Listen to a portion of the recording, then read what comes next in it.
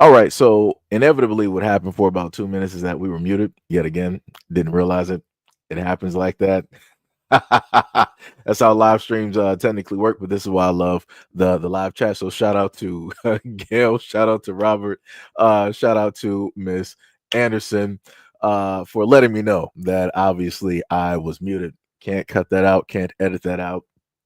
It is what it is. But basically, what we have going on here is that you have a Caucasian individual that is armed and dangerous, armed to the teeth, right?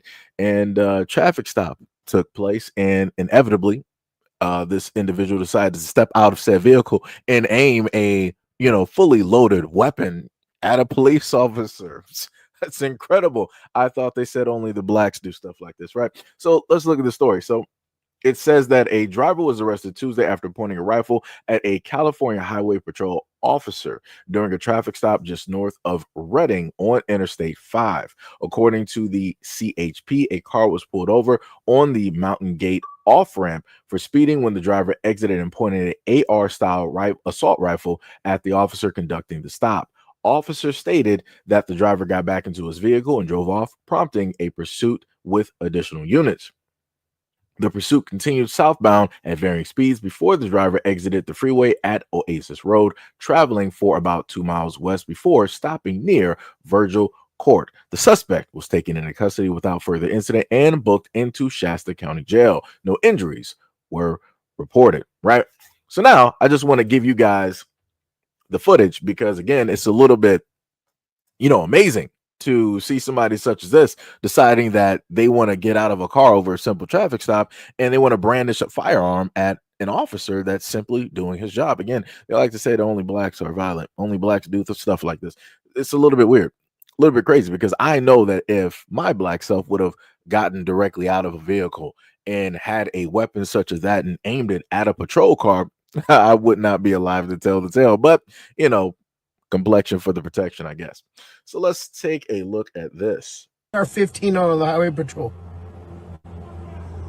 Look at that. He ran up on pulled the over car. for speeding, pointed a rifle at a highway patrol officer yesterday. CHP says it happened just north of Redding on I-5. An officer stopped a vehicle on the Mountain Gate off-ramp. The driver, they say, got out of the car, pointed the AR-style assault rifle toward the officer. Officials say the suspect re-entered his vehicle and then they started pursuit. Vehicle continued southbound, driving at varying speeds before exiting the freeway at Oasis, continuing for about 2 miles west before stopping near Vigil Court. The suspect taken into custody, booked into Shasta County Jail. What the f? That is crazy. He actually walked down. He walked that car back. He kept moving a few more feet. And I'm like, so out of all the times I done stories, and I've watched cops jump on the hood of cars that were trying to just drive off. They didn't want to stop. So the cops decide that they want to hang on to the car and fire into the car, or they want to jump on the hood of the car and fire through the windshield. So you mean to tell me that his life was actually, this is a point in time I can say that his life was threatened. That dude had a fully locked and loaded AR directly in his hands, pointed at the squad car. Why is it that the cop was like, you know what? I'm going to preserve life today, and I'm going to put this car in reverse, and I'm going to drive like I've never drove before. So you mean to tell me that your life is actually in danger? I can sit up and say that your life is in danger, and you proceed to run? That's a little bit weird, because there's a lot of unarmed black people in the United States, including kids, that have had their lives taken, and they were not in anywhere near any type of closeness such as this to any type of a weapon. They couldn't even call upon God to just open up the skies and throw down a sword so that they can defend themselves. They had nothing. But yet, they were bullet ridden. They were found in somebody's morgue somewhere. They're buried 6 feet deep. But this man right here was able to just clearly walk down the squad car with no problem. Nothing happened. Not even no type of taser, pepper spray, not even a stink bomb. Nothing. Wow, that is wild. All over a traffic stop. What? And the craziest part is looking at the excuses that white people have online for this. Like, oh, well, PTSD, military, something probably happened at home.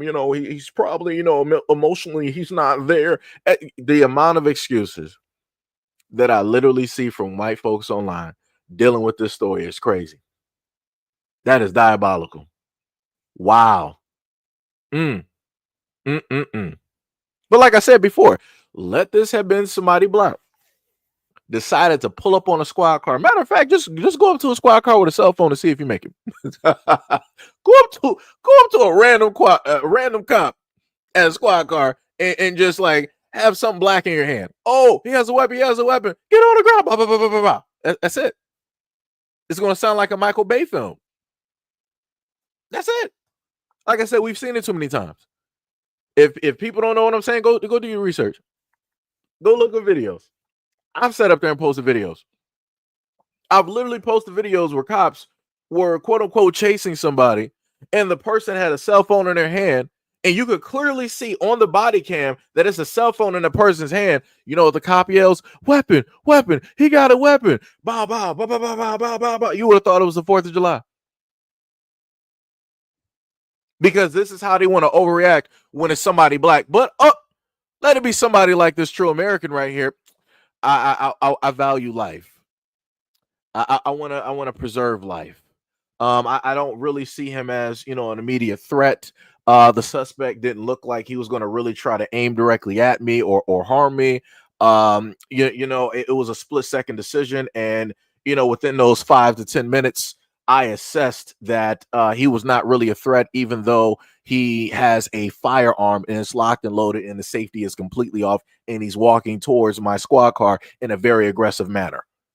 I assessed that, there was no reason for me to actually, put fire out. It's crazy. It's diabolical.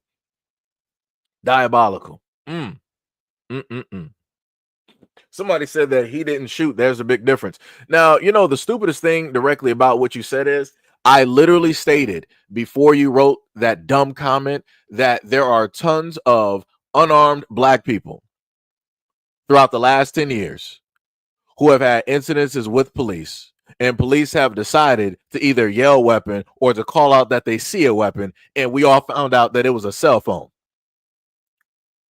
Guess what? Those black people didn't fire anything either, but they're bullet ridden now. They're no longer existing. People had to sit up there and bury their teenagers, either male or female. But yet you want to sit up here and be like, oh, but the big difference is he didn't sit up there and shoot. Neither did the unarmed black people. That's the whole point of me saying exactly what it is that I stated. That's crazy. Diabolical.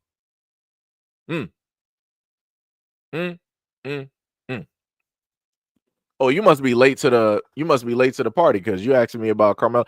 If you want to hear my opinion about Carmelo Anthony, go do your research on this channel. I've already covered that. Because y'all really try to come through here and act like y'all bringing up some brand new stuff, and a lot of stories that y'all going to bring up, especially if they're out here and all of you guys are talking about it, I've already covered those. I've done live streams. I've done solo videos as well. Go do your research. You're a grown individual. Go do your research. Crazy work. You said they're really pushing our buttons. Just have a black hand. Yeah.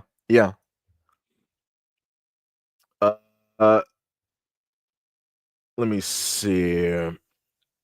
Wait, somebody had a problem with the channels? Hold on, let me see. He said, why do you have 2 live streams up at the same time on YouTube? Wouldn't it be common sense? If you can ask that question, wouldn't you be able to also assess the situation by looking at the names? I don't know. Is that illegal? Let me know, because you're making it seem like it's illegal to do this. I didn't know. I've been doing this for quite a while, but it'd be like that. Shout out to what is it, DC? He was like, maybe he has 2 channels. Thank you for using logic, my good sir, my good friend. Thank you for being so bright, for just trying to give a whiff of logic to other people who come through asking such ridiculous questions or making such ridiculous statements. Crazy work. Crazy. Um, what is it? Somebody said, Seji, are you tired of dealing with idiot trolls who come to your live streams? Why does it sound like an infomercial? I really feel like this is a salesman pitch here. I feel like this is a salesman pitch at this moment in time.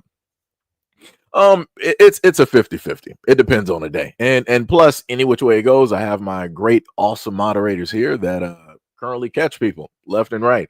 And people will be thrown into the shadow realm. So some of the moderators you will just so happen to see directly in the stream, and other ones will be off in the ethos on the outer reaches of the solar system with a galaxy type sniper rifle just waiting. just picking off rocks. You know, it's crazy work. Crazy work. Lucas Clunch, hopefully I pronounced that right, said racial tension is so high right now. I really feel like this summer is going to be worse than 2020 for all of us. I mean, it'd be like that. No matter how it goes, no matter how it happens, it be like that. However it happens is however it happens. Ooh, that was a little bit loud. Sorry about that. You know, I would just like to say normally I don't. Oh, give me 1 second.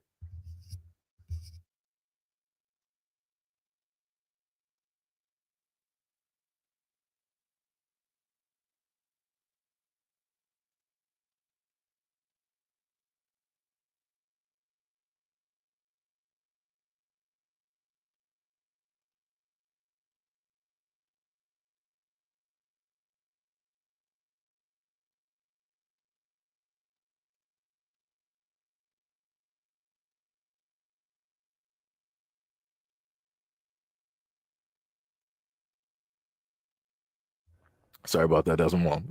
I actually forgot I put the ringer on the phone. I don't. Normally I have that completely off.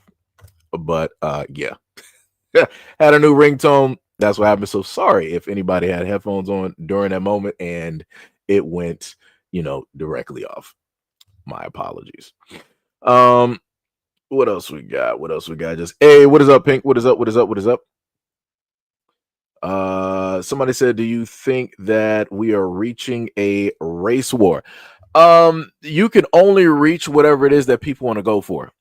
As a Black American, I can sit up there and tell you that I've never been raised, nor have been taught, nor heard any whispers of a quote unquote race war that's about to happen.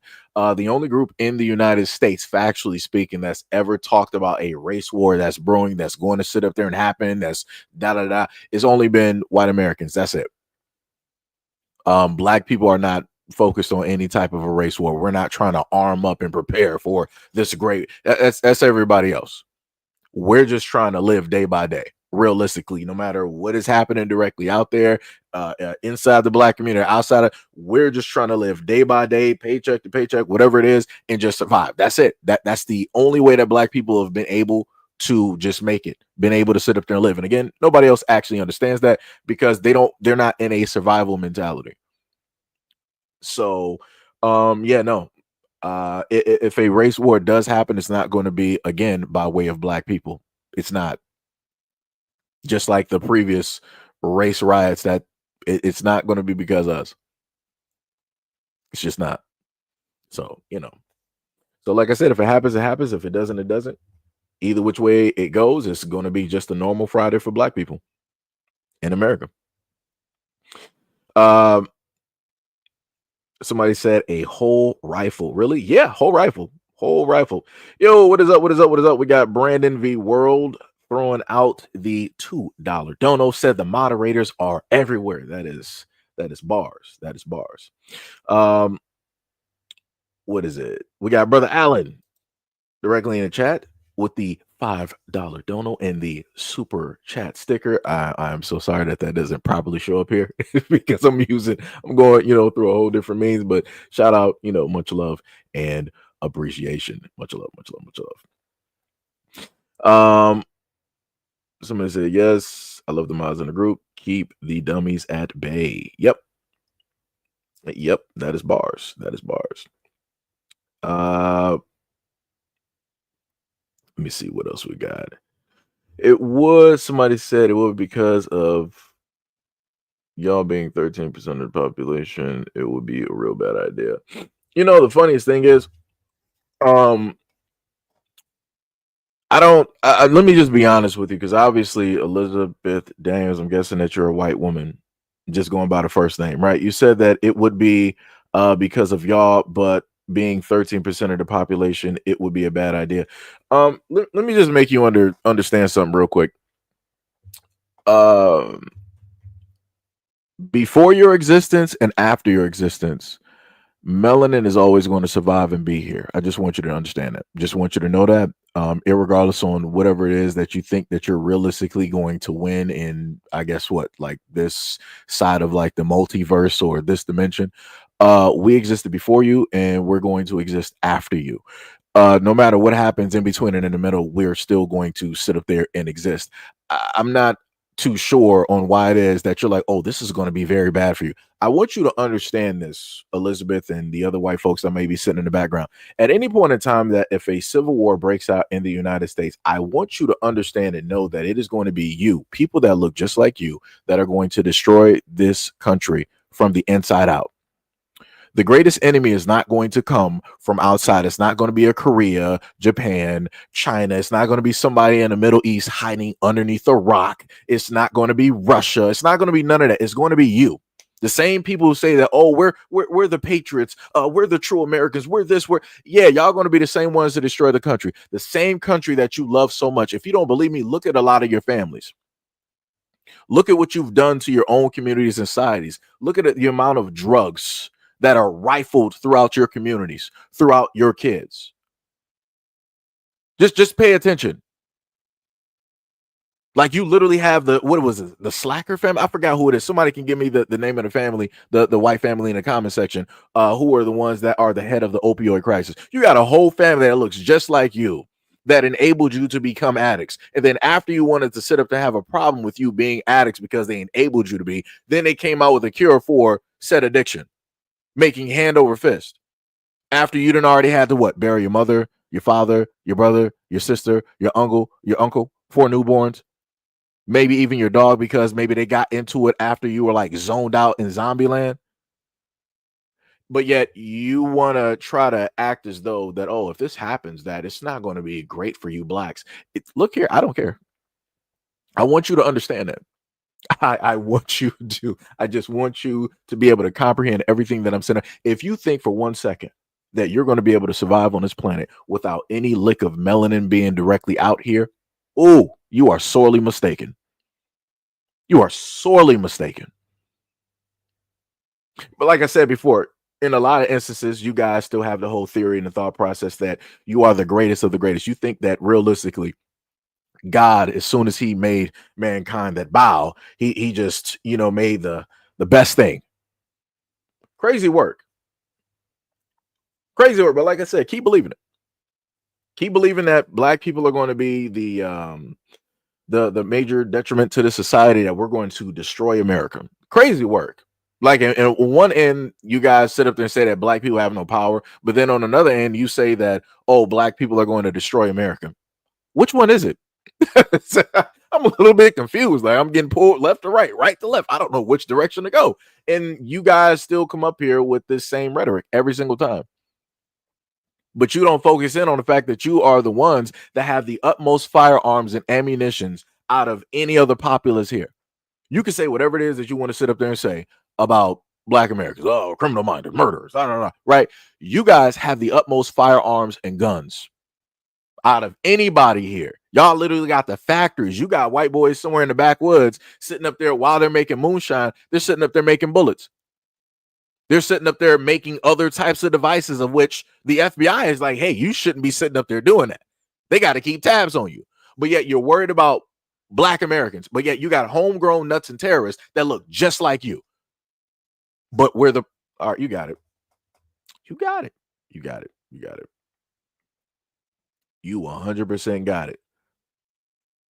That's some crazy work.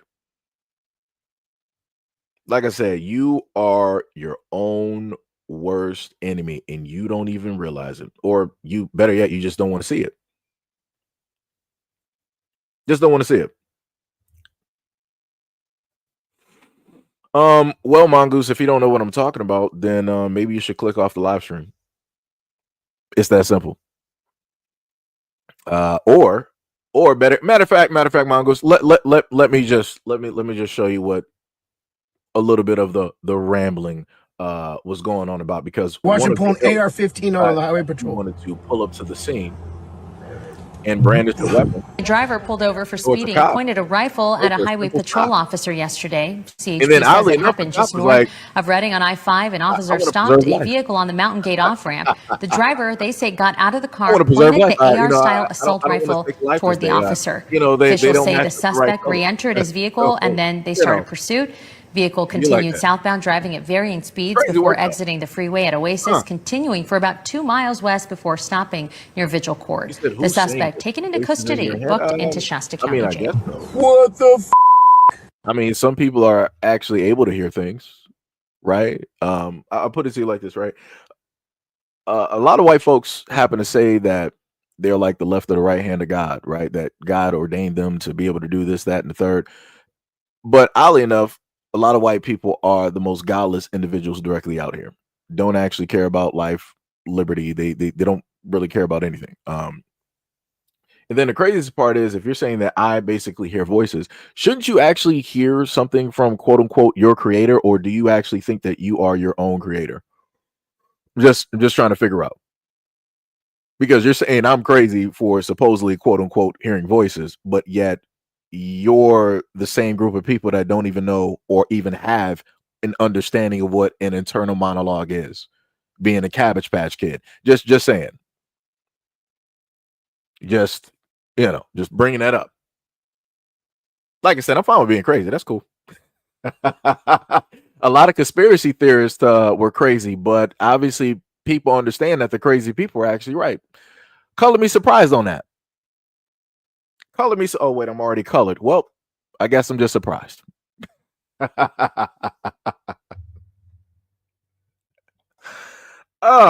Somebody said that I need to go watch some Charlie Kirk. No, I'm good.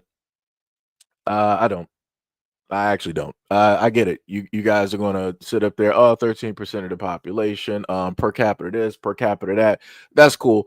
But at the end of the day, I'm going to simply state this. And again, Charlie Kirk is not going to sit up there and tell you this, or any of your right-wing Fox News patriots.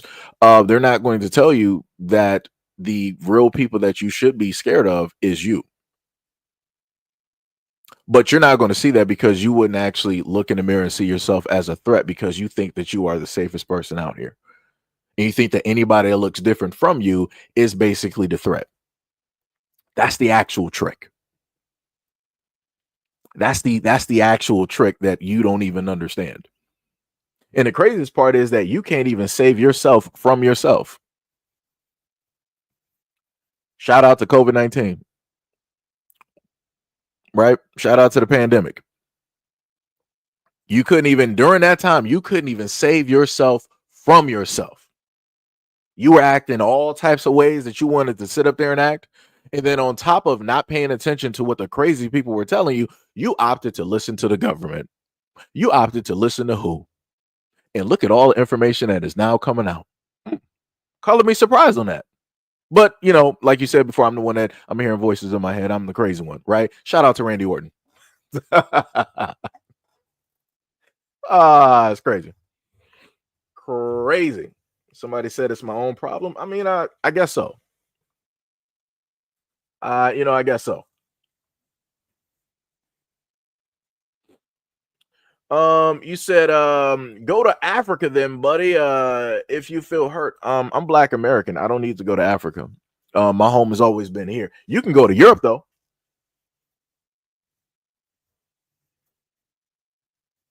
If anybody's going to sit up there and go anywhere, how about you actually go directly to Europe?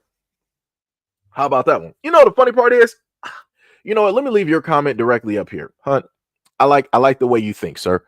I like you, buddy. We're going to be actually some good friends. The funniest thing is, I actually have some other stories that I wanted to touch directly on and just read off of, right?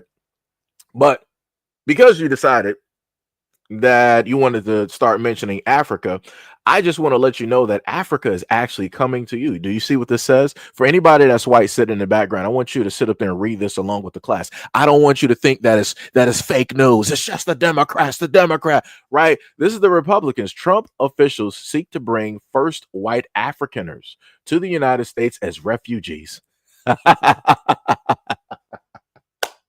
So not only was the United States government allowing open borders, right? And I'm talking about Democrat, Republican.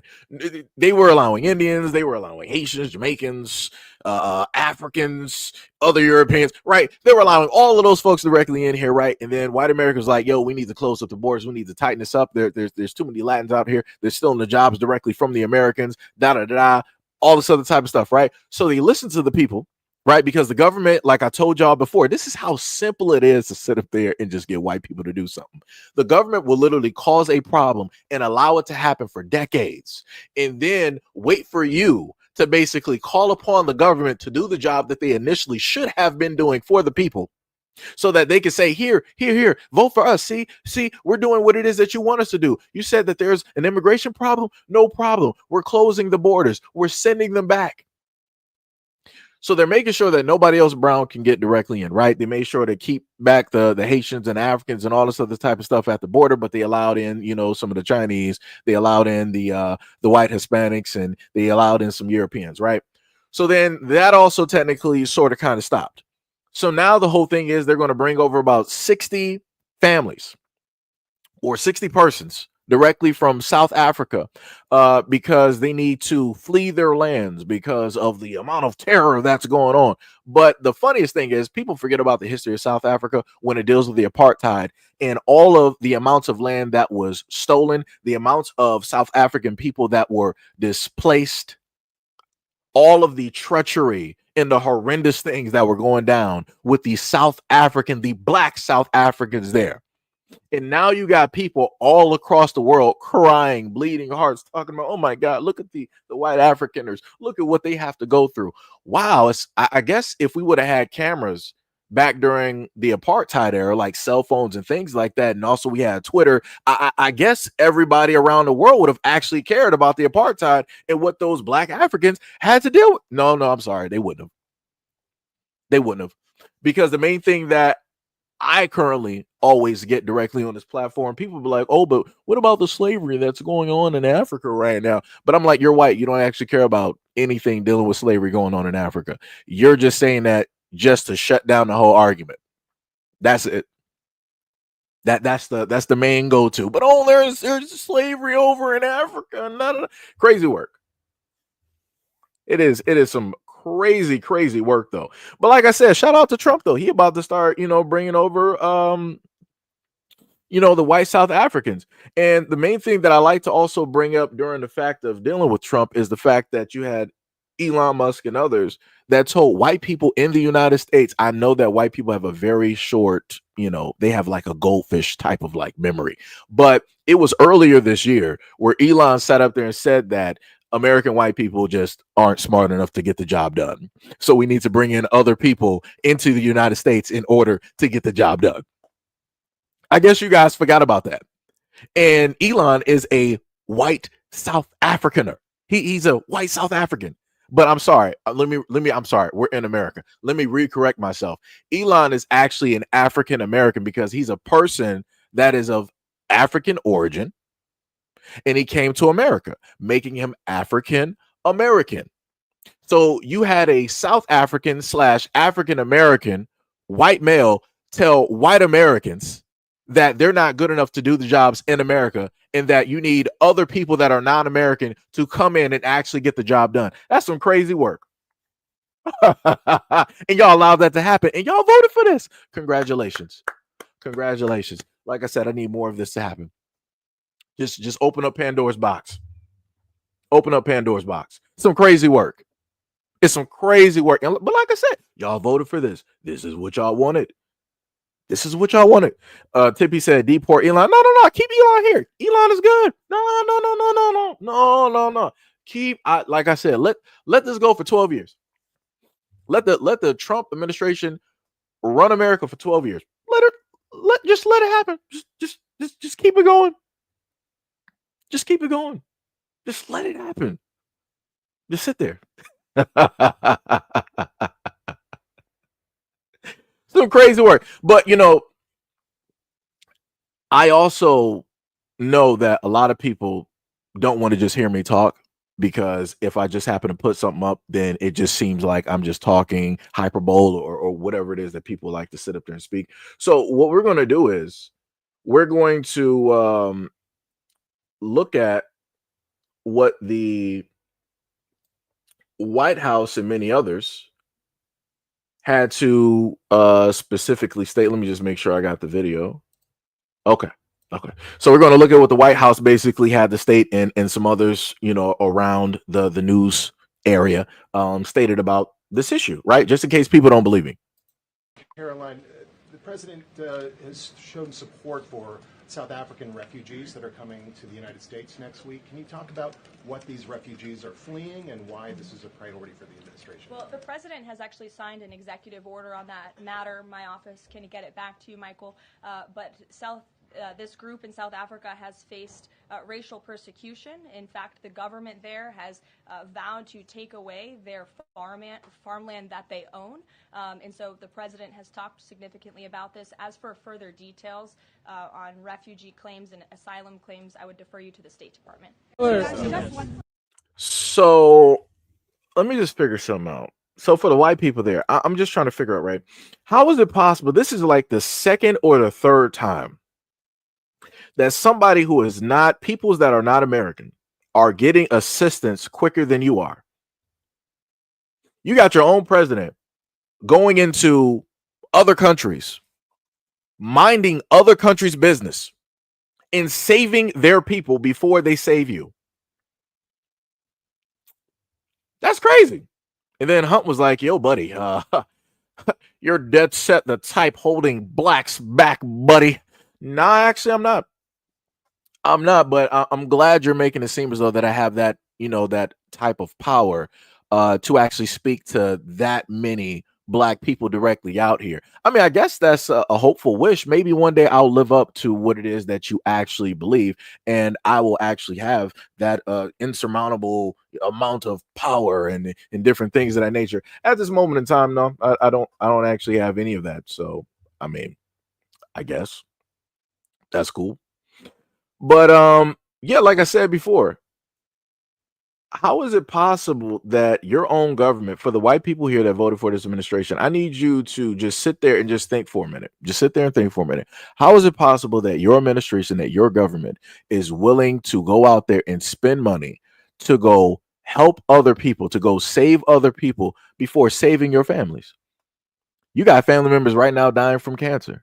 You got families right now that probably can't even afford their, and I'm talking to white people. You got your families out here probably can't even afford the proper insurance or medical assistance for life-saving surgery. And I've covered stories about that too. But it's like you guys ignore a lot of the problems that you actually have just so that you could get a little bit of something and say that you're winning when you're losing everything. And that's crazy to me. That's 100% crazy to sit back and watch your government help and save everybody else but you. That's crazy. Man. But anyways, let's continue.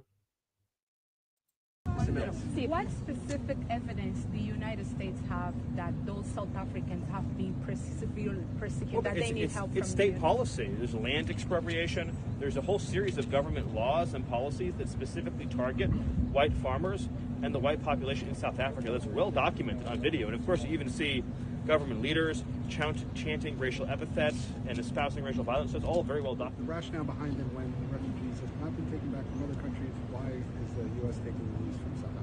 Well, because what's happening in South Africa fits the textbook definition of why the refugee program was created.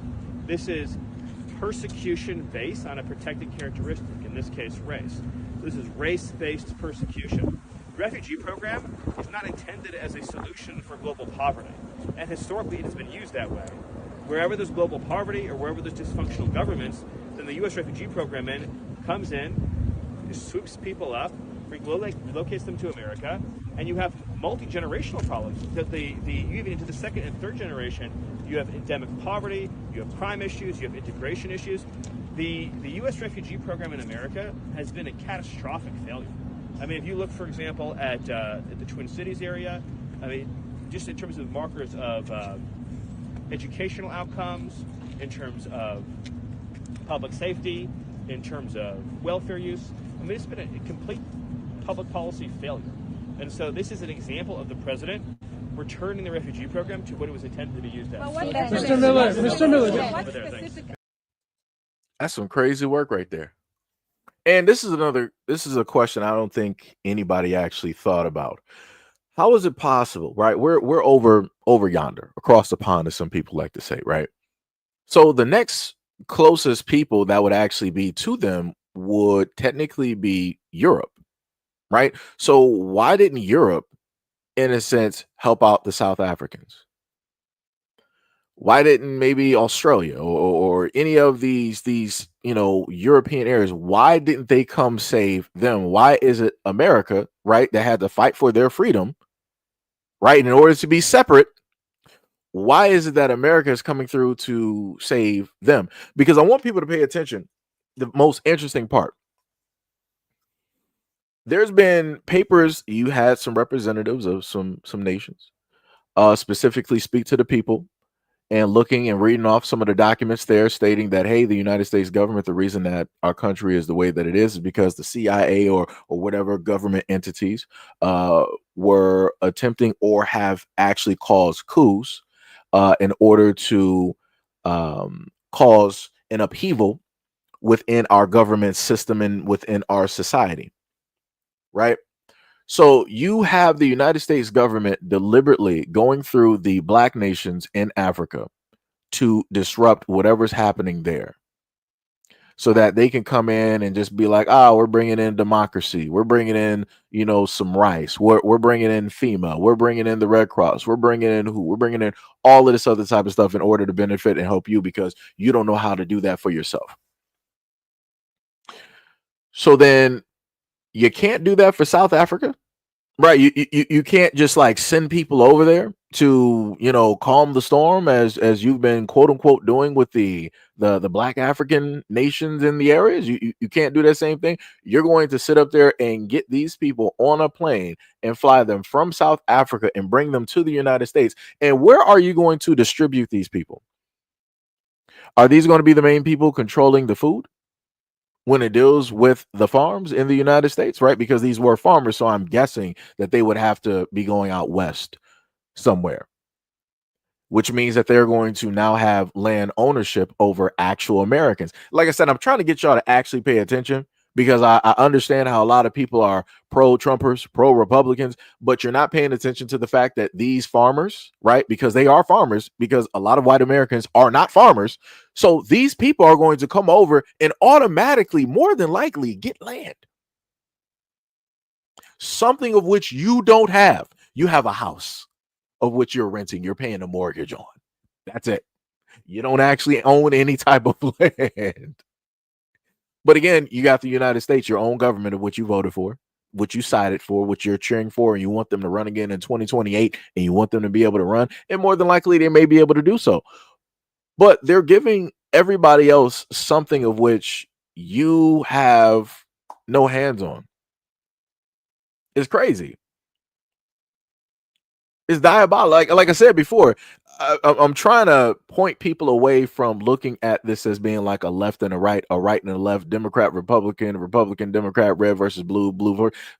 If you can actually logically think, just space out for a minute and look beyond that whole thing and pay attention to the fact that the United States government has clearly shown you a multitude of ways, told you to your face. They got it in video. They put it in black and white. They are even walking in the actions of giving people who are not naturally born here monies, housing, shelter, schooling, all the amenities that you have to fight and struggle for on an everyday basis. And I'm especially talking to white folks. You are losing.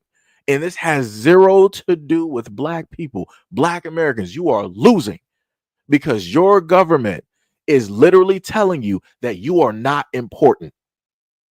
You're going to vote for us. We're going to get your vote, but we're going to distribute the monies and the funds to other people who don't look like you.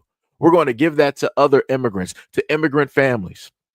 We're going to shelter them, feed them, clothe them. You know how many stories that I've seen of white folks literally begging the government, crying and pleading for the government to save their family and everything else, and the government whispers no. But yet you can have somebody come directly over from Europe, somebody from South Africa, somebody from South America come directly over, and everything that you're asking for your government to do, they'll make sure to do that for them tenfold over. That's some crazy work. But, you know, looking at the comment section through some of the comments that I've gotten, I'm the crazy one. I'm the person that doesn't make sense. I'm the one that's deliberately holding black people back. That's some crazy work. That's some very much diabolical work. But, you know, it is what it is. Right?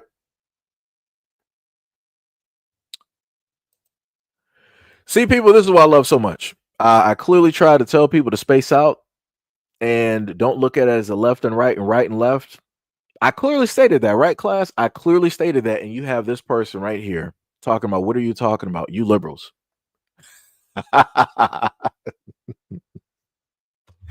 Oh, man. Oh, my goodness. And this is exactly why. Let me just put this in and just throw this directly in there. And I've talked about this years before they started talking about it in 2025.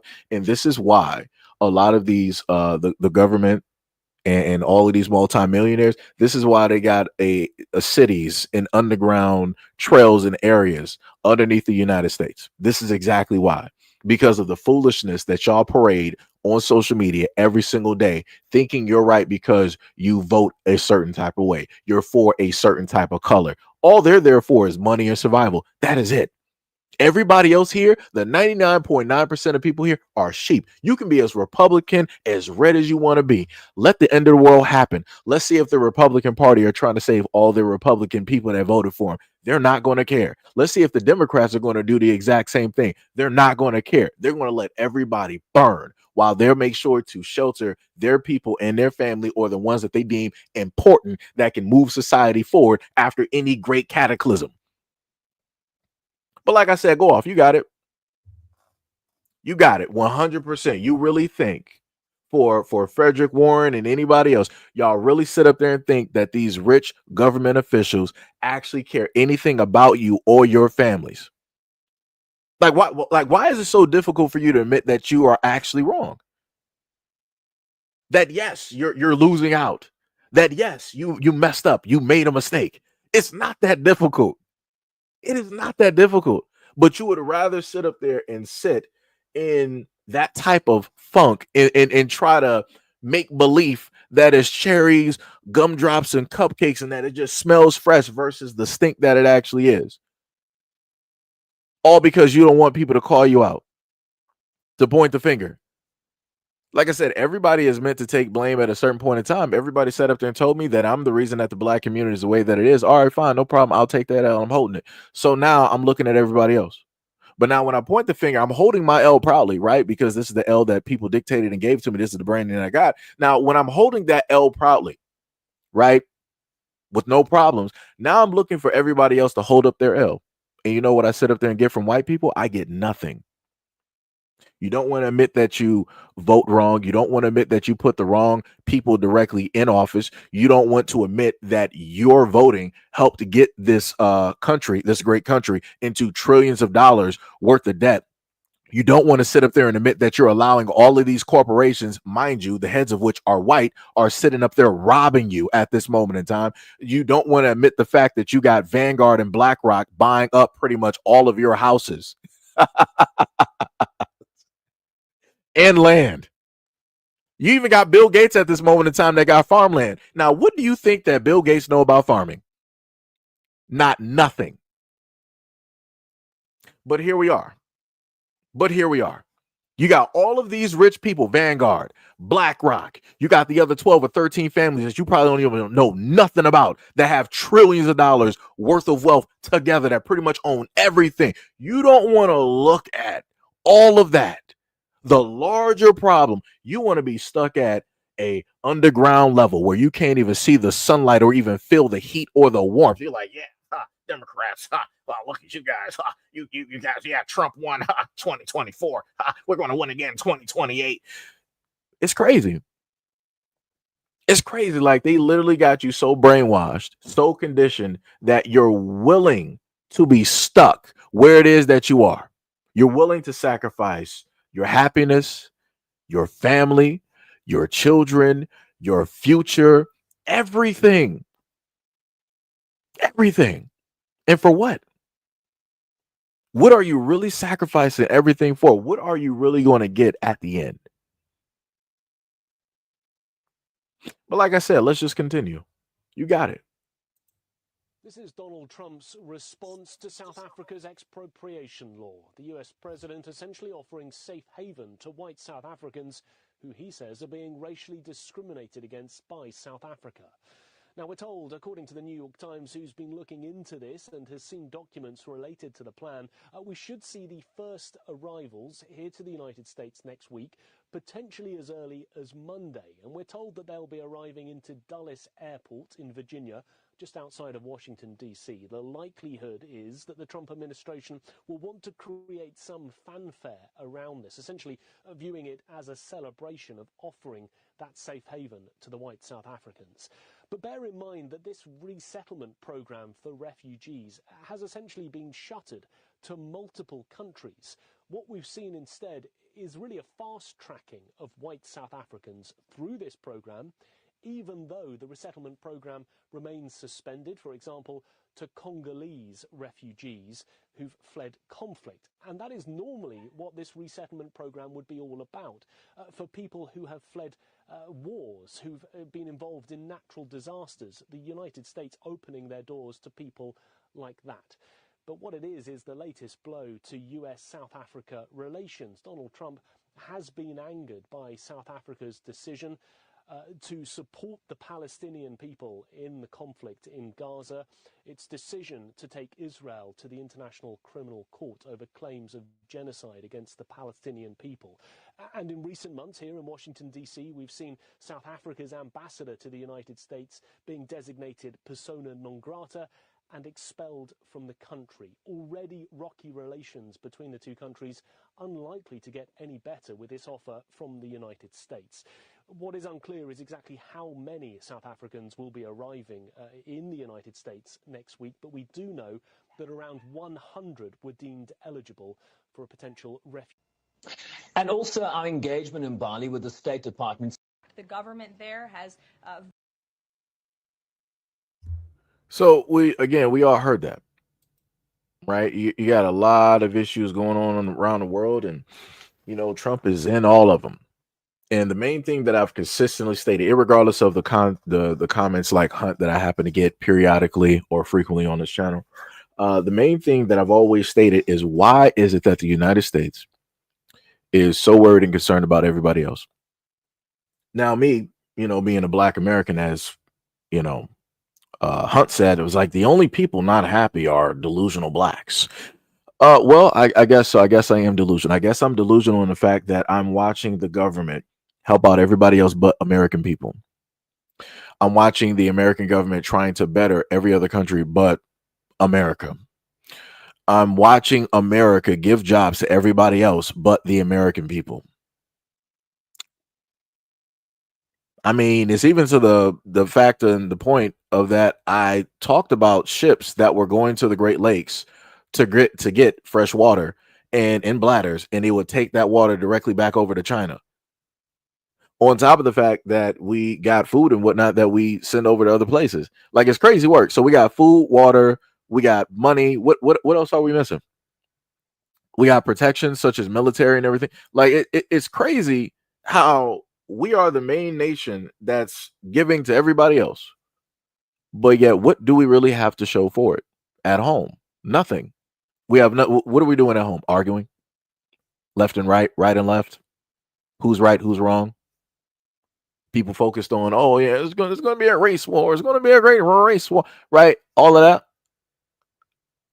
Like, it's crazy to the point that I've pointed out the fact that, again, white folks here get jacked up by the police on an everyday basis. And I focused in and I talked about, because again, we're talking about at-home problems and issues, right? And it's amazing when I, as a black man, have highlighted the problems that white people actually face and how it is that they're facing those problems by the very same system that has been created in order to protect and move them forward. And it makes no sense to me. And I'm sitting back and I'm watching you guys allow your own system to beat you over the head. And I'm just amazed. I'm confused. Like, if I literally formulated my own country, my own government, my own people, it would be almost nigh impossible that my police would decide that they want to turn on its own people, that the military is going to be used to turn on its own people. But yet I went over the whole thing dealing with the military and how it is that Trump stated that training and personnel and weapons and items and whatnot will be used in order to, help out the police and different things of that nature. So again, the military, at a point in time, depending on what happens, all it just takes is a quote unquote, what do people like to sit up there and call it? A very nice protest to happen. And you're going to sit up there and see everything in full force. You're going to see it. But the main thing that I told people before is the fact that you're not going to see it enabled on white people. In order for all of this to be enacted, it's going to take for a black protest to take place in order for this to get pushed directly out. Because at least the one thing that this administration is not going to sit up there and do is they're not going to really try and sick the dogs on white folks. They're not going to do that. It would take for a lot to happen in order for them to do it. And they're not going to do it. They'll allow, white folks out here to slide with a lot and not do it. But it only takes a little bit for black people to show up in order for America to show how it is that it's going to implement certain things.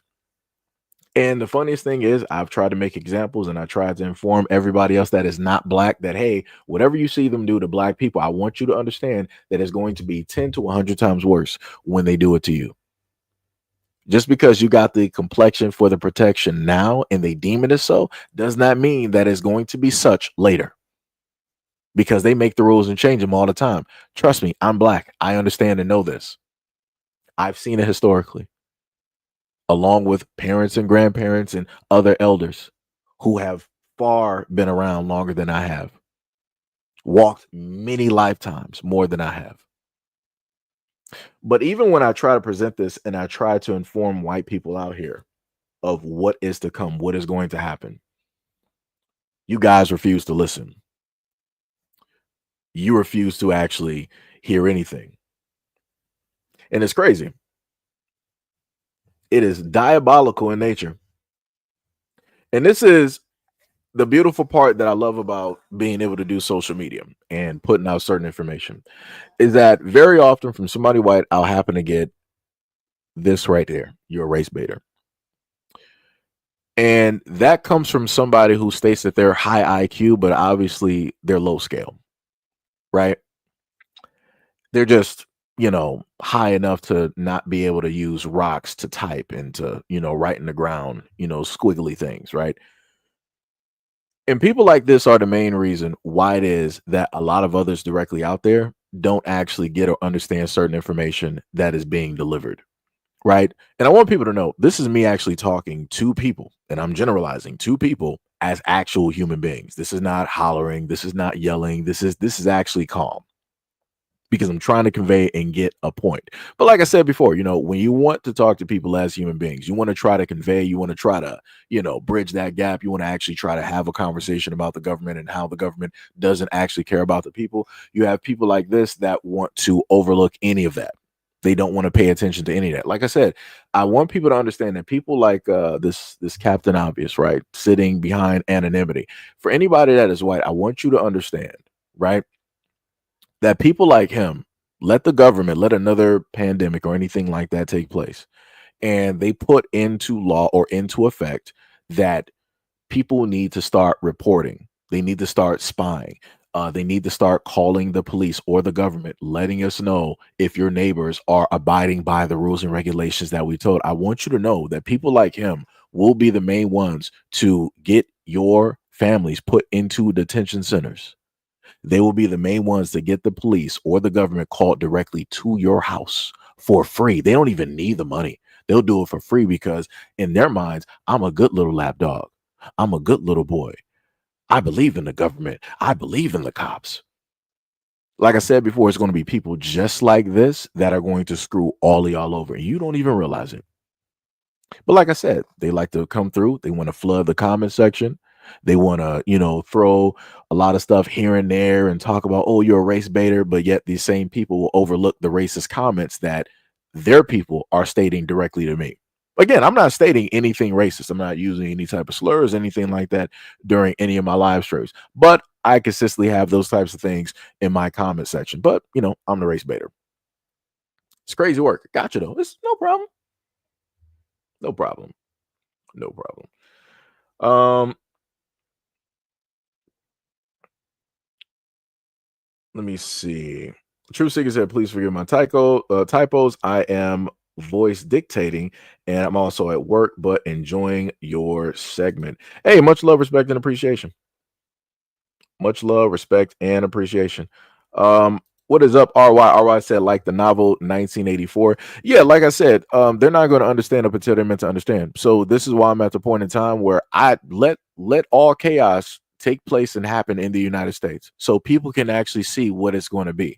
But I understand that within that moment and after that moment, people are going to forget, just like J6, right? People forget about that, right? A lot of white Americans forgot about that, where gangles of white people went directly to the Capitol and just was letting loose, doing every single thing. Now, I would have thought, right, thinking back to J6, I would have thought that would have been a point in time to bring in the military, bring in the tanks, bring in all of that. But we saw what happened. You had people literally disrespecting federal property, federal buildings. You had people, white people, going in there stealing laptops, paperwork. They were doing any and everything that they wanted to sit up there and do. And these are the same people and I got them on camera sitting up there. Oh, we're patriots. We're taking back America. We're going to do this and we're going to.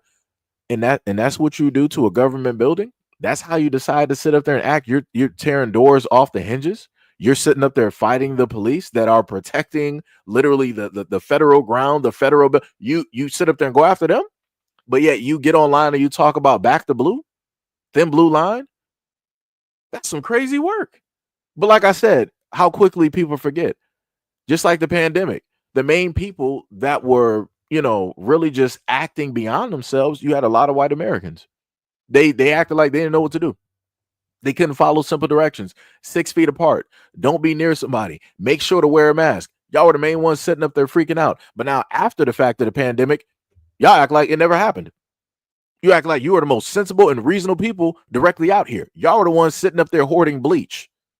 What is it? The Clorox. What I got right here? The Clorox wipes and the sprays. The antibacterial toilet paper. Y'all were sitting up there hoarding a whole bunch of stuff for no reason. And then not only were y'all hoarding the stuff, y'all were also trying to resell it for a higher margin. But then after the fact, y'all act like that stuff never happened. So I already know that let anything take place or happen in the United States, let any type of war or whatnot or whatever, magically y'all going to forget. Or y'all just going to rewrite it just like y'all do everything else in history. Some crazy work, though. That's some crazy work. Crazy work. Diabolical. You said the Capitol riot, that's all I got? No, y'all were acting straight fools when it dealt with the pandemic. Did you forget? Did you forget? Matter of fact, during that timeline, I was literally doing videos all about that for quite some time. And then I also want to sit up there and repeat the fact that the government, your government, Democrat, Republican, it was both sides, were enabling and trying to use ID, digital ID, in order to allow people into restaurants and everything like that. They were literally showing you how it is that they're going to implement shutdowns around cities. If you don't abide, the government was literally telling you this in front of your face. Let me make it as simple as possible coming from black men, right?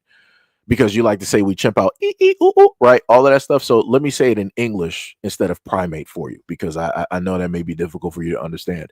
Your government was literally telling you that, hey, we're going to show you in front of your face how it is that we're going to implement shutdowns.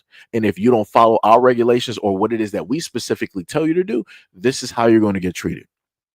This is how you're going to get segregated. They literally showed you that.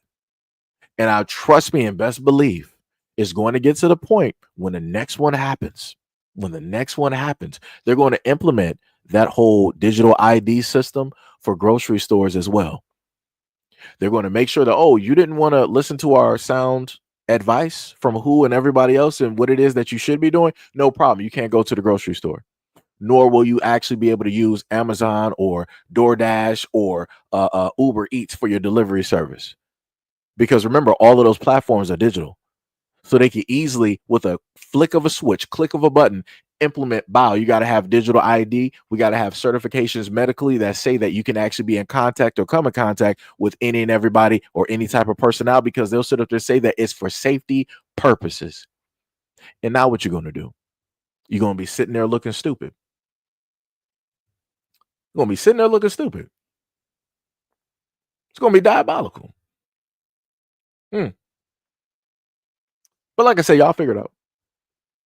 You guys will figure it out. And again, I've tried to showcase a lot of these things that I've referenced and or talked about by the forms of media that they throw directly out there.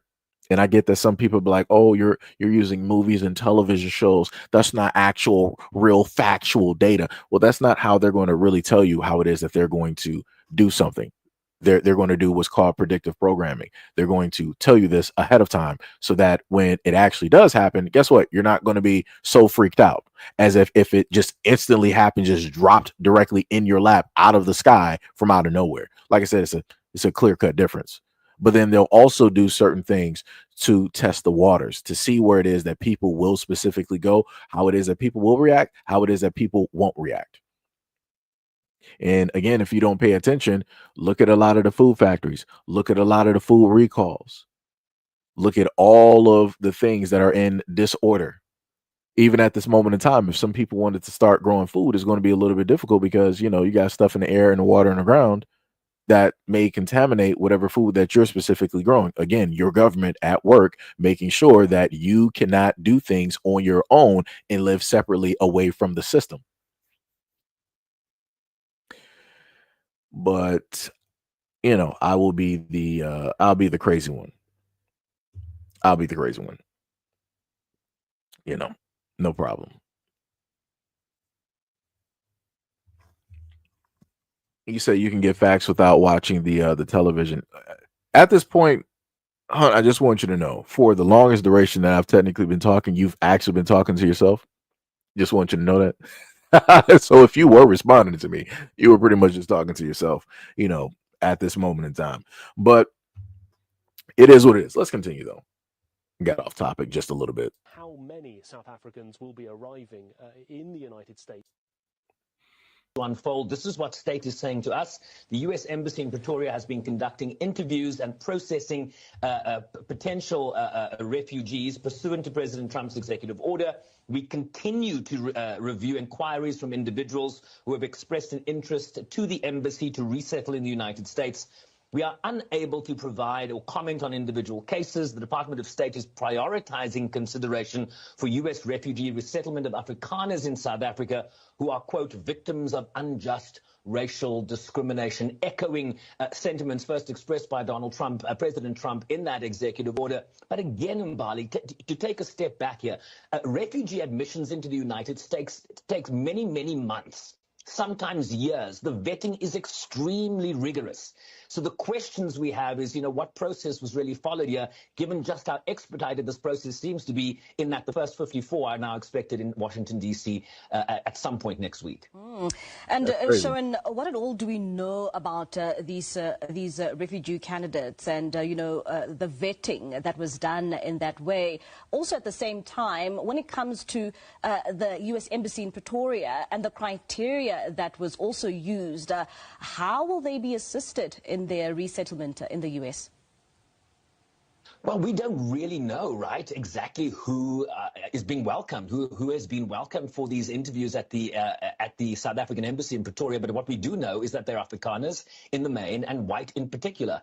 That is essentially what the executive order determined in terms of who would be eligible for resettlement in the United States. I have been contacting my sources here in the United States, who did not want to go on the record and spoke to me on background. They did not want to be persecuted, but this is what one source said to me, quote, "There has been no criteria or procedure for adjudication of refugee applications.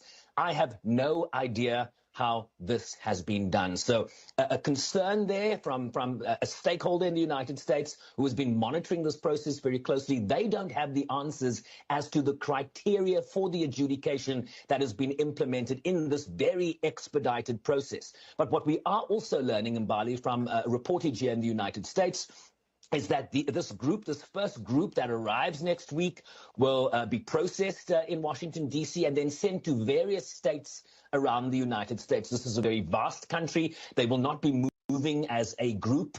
They will be separated depending on, your family, I imagine, will stay with you, right? But they will go to a number of states. We're told the states of West Virginia, Colorado, Massachusetts, California, Idaho, Montana, North Carolina, Nevada, New York, Minnesota, and Michigan, and Washington State are among the states that have already indicated that they're willing to receive these Afrikaner refugees.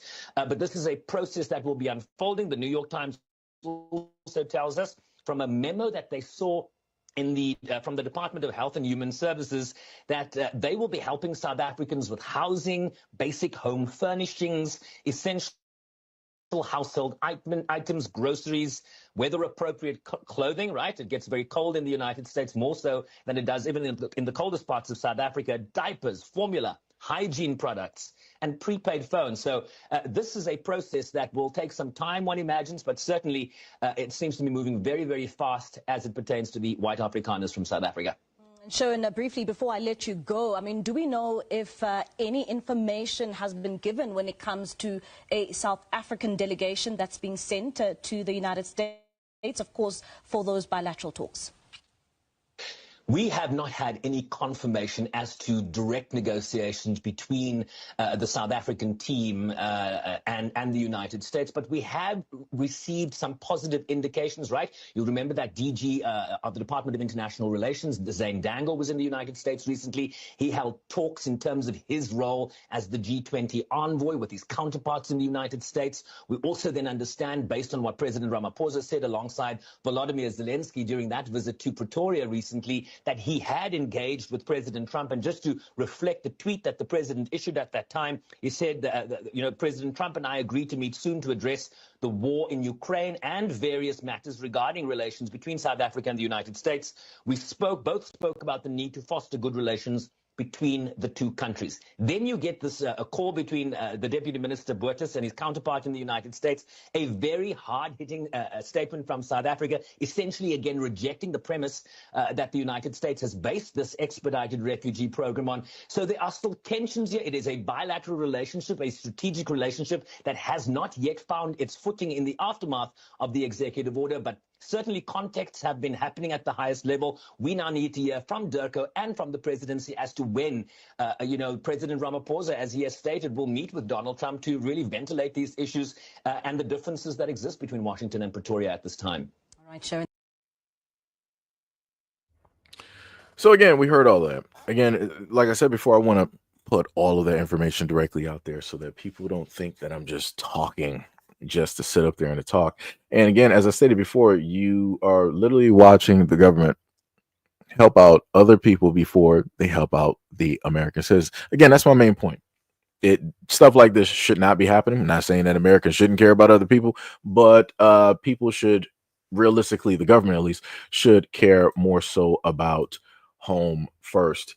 Now, scanning directly through, right? Ended up seeing something pretty fantastical, right? Somebody wanted to say something about some stats there. I want to be very specific, when I happen to list some things. Let me see here. Oh, y'all got rid of somebody real quick. Let me see, because I think we had somebody directly up here. I'm trying to roll back. Let's see. Dun, dun, dun.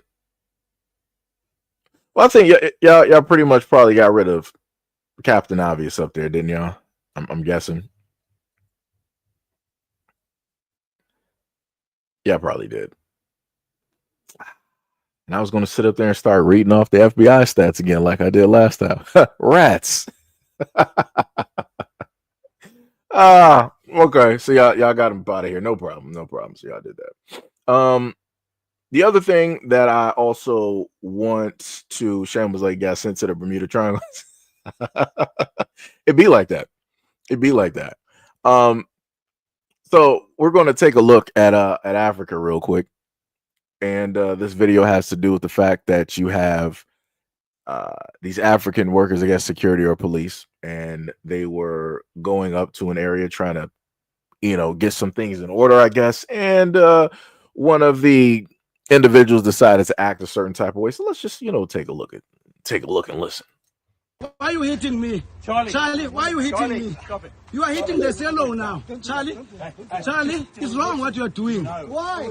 It's wrong, no. You are assaulting us now for no reason, Charlie. You are assaulting us for no reason. Why are you hitting me? Charlie, why are you hitting me? You can point me and now you are hitting me. What have I done to you?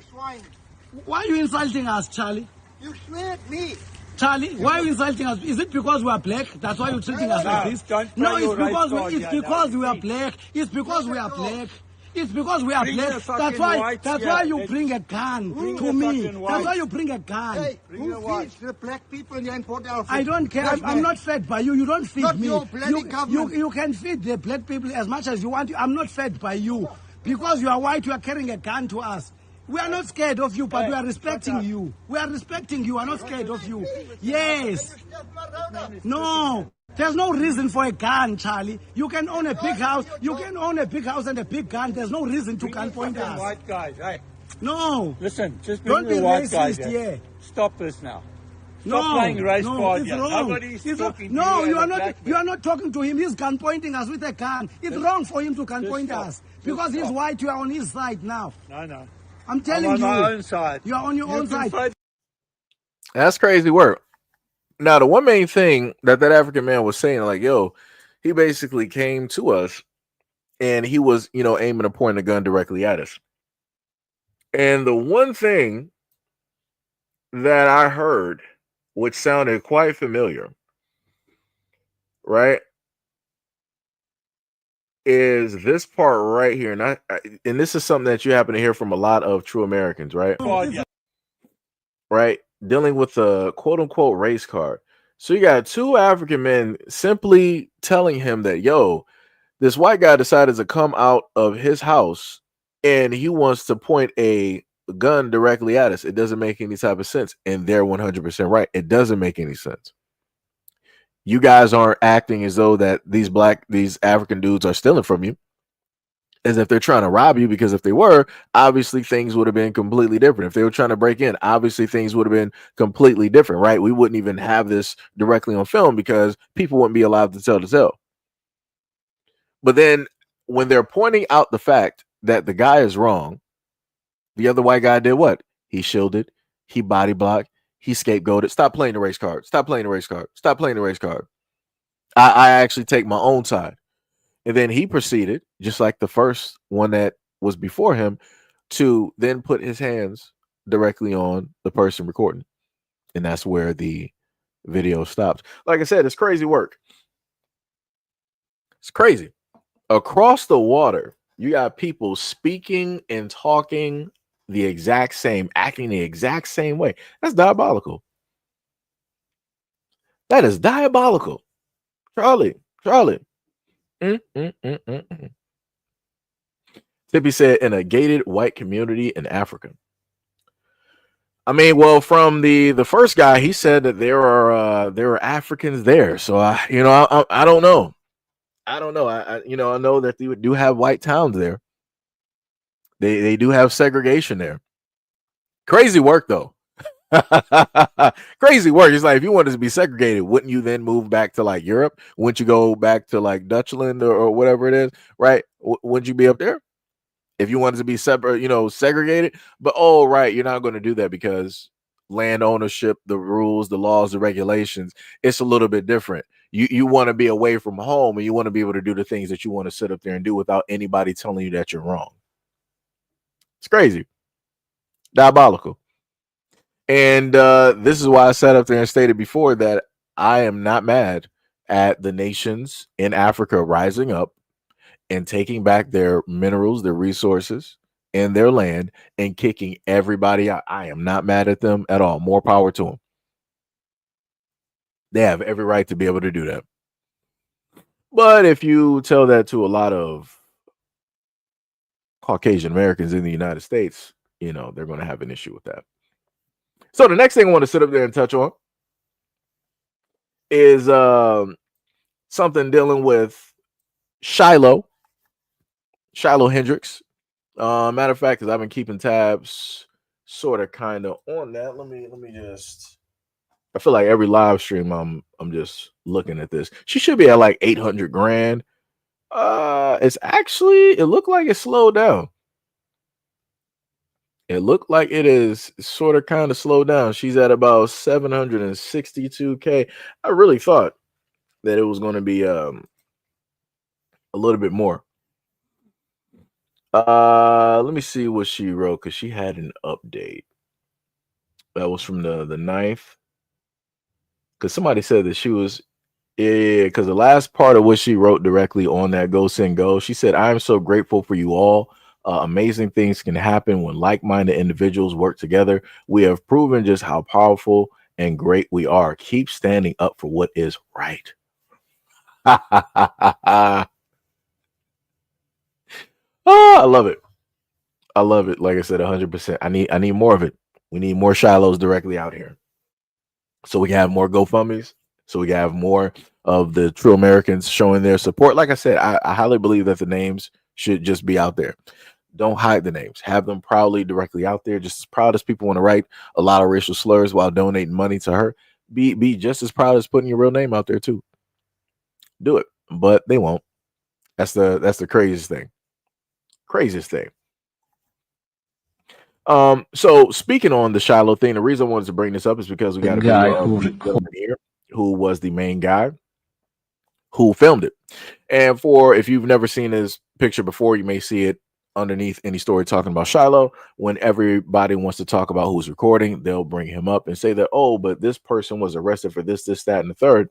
If you actually read through the article, everything was dismissed. So when you hear him in this video talking about that he has a clean record, he means that everything was dismissed. Nothing happened. So let's continue. Let's just go. Hi, my name is Shamarke Umar. I'm the guy who recorded that video of that racist woman that was insulting a 5-year-old child at the park here in Rochester, Minnesota. May I remind you guys, I have a clean criminal record. I've never committed a crime in my life. I am being punished for standing up, speaking up for a child. My address got leaked, my phone got leaked. I'm getting death threats by the minute. I have 4 children. The youngest one on the spectrum. He needs to go play outside every day. He can't anymore. So, doing the right thing gets you punished, and doing the wrong thing gets you rewarded. Make that make sense, America. But that's how America works, especially when you have the complexion, especially when you look like the ideal, type of thing, right? We got the blonde hair, maybe light eyes, or maybe blue eyes, fair skin, right? When you have, at least some of those qualities, right, or at least the right ones, you can get certain types of protection, no matter what it is that you decide to sit up there and do. But the thing that he's missing out on is what I've seen from a lot of true Americans directly out here. If you go through the comment section, they'll be honest. They'll be like, hey, the reason that we're donating is to put the finger, right, to stick it directly to the blacks when it deals with Carmelo Anthony, right? That's the real reason why she is getting this type of money. Without that whole situation happening with Carmelo Anthony, she probably would not have gotten anywhere close to the money that she has at this moment in time. Nor would she be some type of like folk hero or some type of meme or meme coin or whatnot, whatever it is that they got running about. She would not have made it that far at all. But yet she has. And here we are. And for me, I'm enjoying it. I'm very excited. Like I said, I need every other white American. I need y'all to be as truthful and as honest as Shiloh Hendricks, because then and only then could we actually move forward and have America in a place of where it needs to actually be. Because there's too many people out here lying about getting along with people. There's too many people that are lying about, oh, I don't see color. Like I said, y'all some liars. Y'all some strict liars. If I can wake up every day and look at my skin and realize that I see color, I know you do. I know you do. But you guys want to live in a fallacy. You guys want to, live in some type of lie that you made for yourself to make you seem as though that you're better than everybody else because you don't realize or see color, even though you know red, yellow, and green, even though you can spot red, white, and blue, even though you can clearly say back the blue, thin blue line, but you guys don't see color. No problem. You got it. Like I said, the lies that people like to sit up there and tell versus actually living in their truth. Crazy work. Diabolical. But let's see if Shiloh, like I said, let the ghost and go stay up and let her, reach $1 million. So then once others realize how profitable this potentially is, they too will copycat and start doing the exact same thing. And you're going to have the whole process all over again. Like I said, I love it. I love it. You got racists out there supporting their own $1 at a time and making them famous and rich while they stay broke. Crazy work. Diabolical in nature, but it'd be like that. I wonder if Shiloh would actually go back and look at the community that supported her and decide with those millions to help out some of those families that donated to her. I wonder if she'll do that. Right? Pay off a bill, help them with a mortgage payment or something like. I wonder if she'll, because it's more than enough money. That's $1 million, right? It's only her and what, a kid or two. Don't really need $1 million. You could easily spread that around, especially to your own community, the people that actually love and support you. You could easily do that. I'm pretty sure that they would actually love her for that. But would she actually do that? Will she actually do it? Gotta wait and see. Gotta wait and see. But it'd be like that. So now, still talking about the whole thing of dealing about race in the United States. We're going to go directly to a story, which is this one here. You can clearly see this image. And I just found out about this. Shout out to Sham. I know she is in the comment section. One of my great moderators. She informed me of the story I didn't know anything about. And it is a Spartan College dean who had her life taken at an apparent workplace attack. So we're going to look directly at that. You clearly see the woman above and you clearly see the man below. I wonder how this happened. So let's take a look. Learning more about plans to honor the life of a Clark Atlanta alum. She was tragically killed in a shooting on the campus of California College, where she worked as a dean. Dr. Kamisha Clark received 3 degrees from Clark Atlanta University and is also the granddaughter of a former interim provost. Clark was shot last Friday after authorities say an on-campus guard opened fire.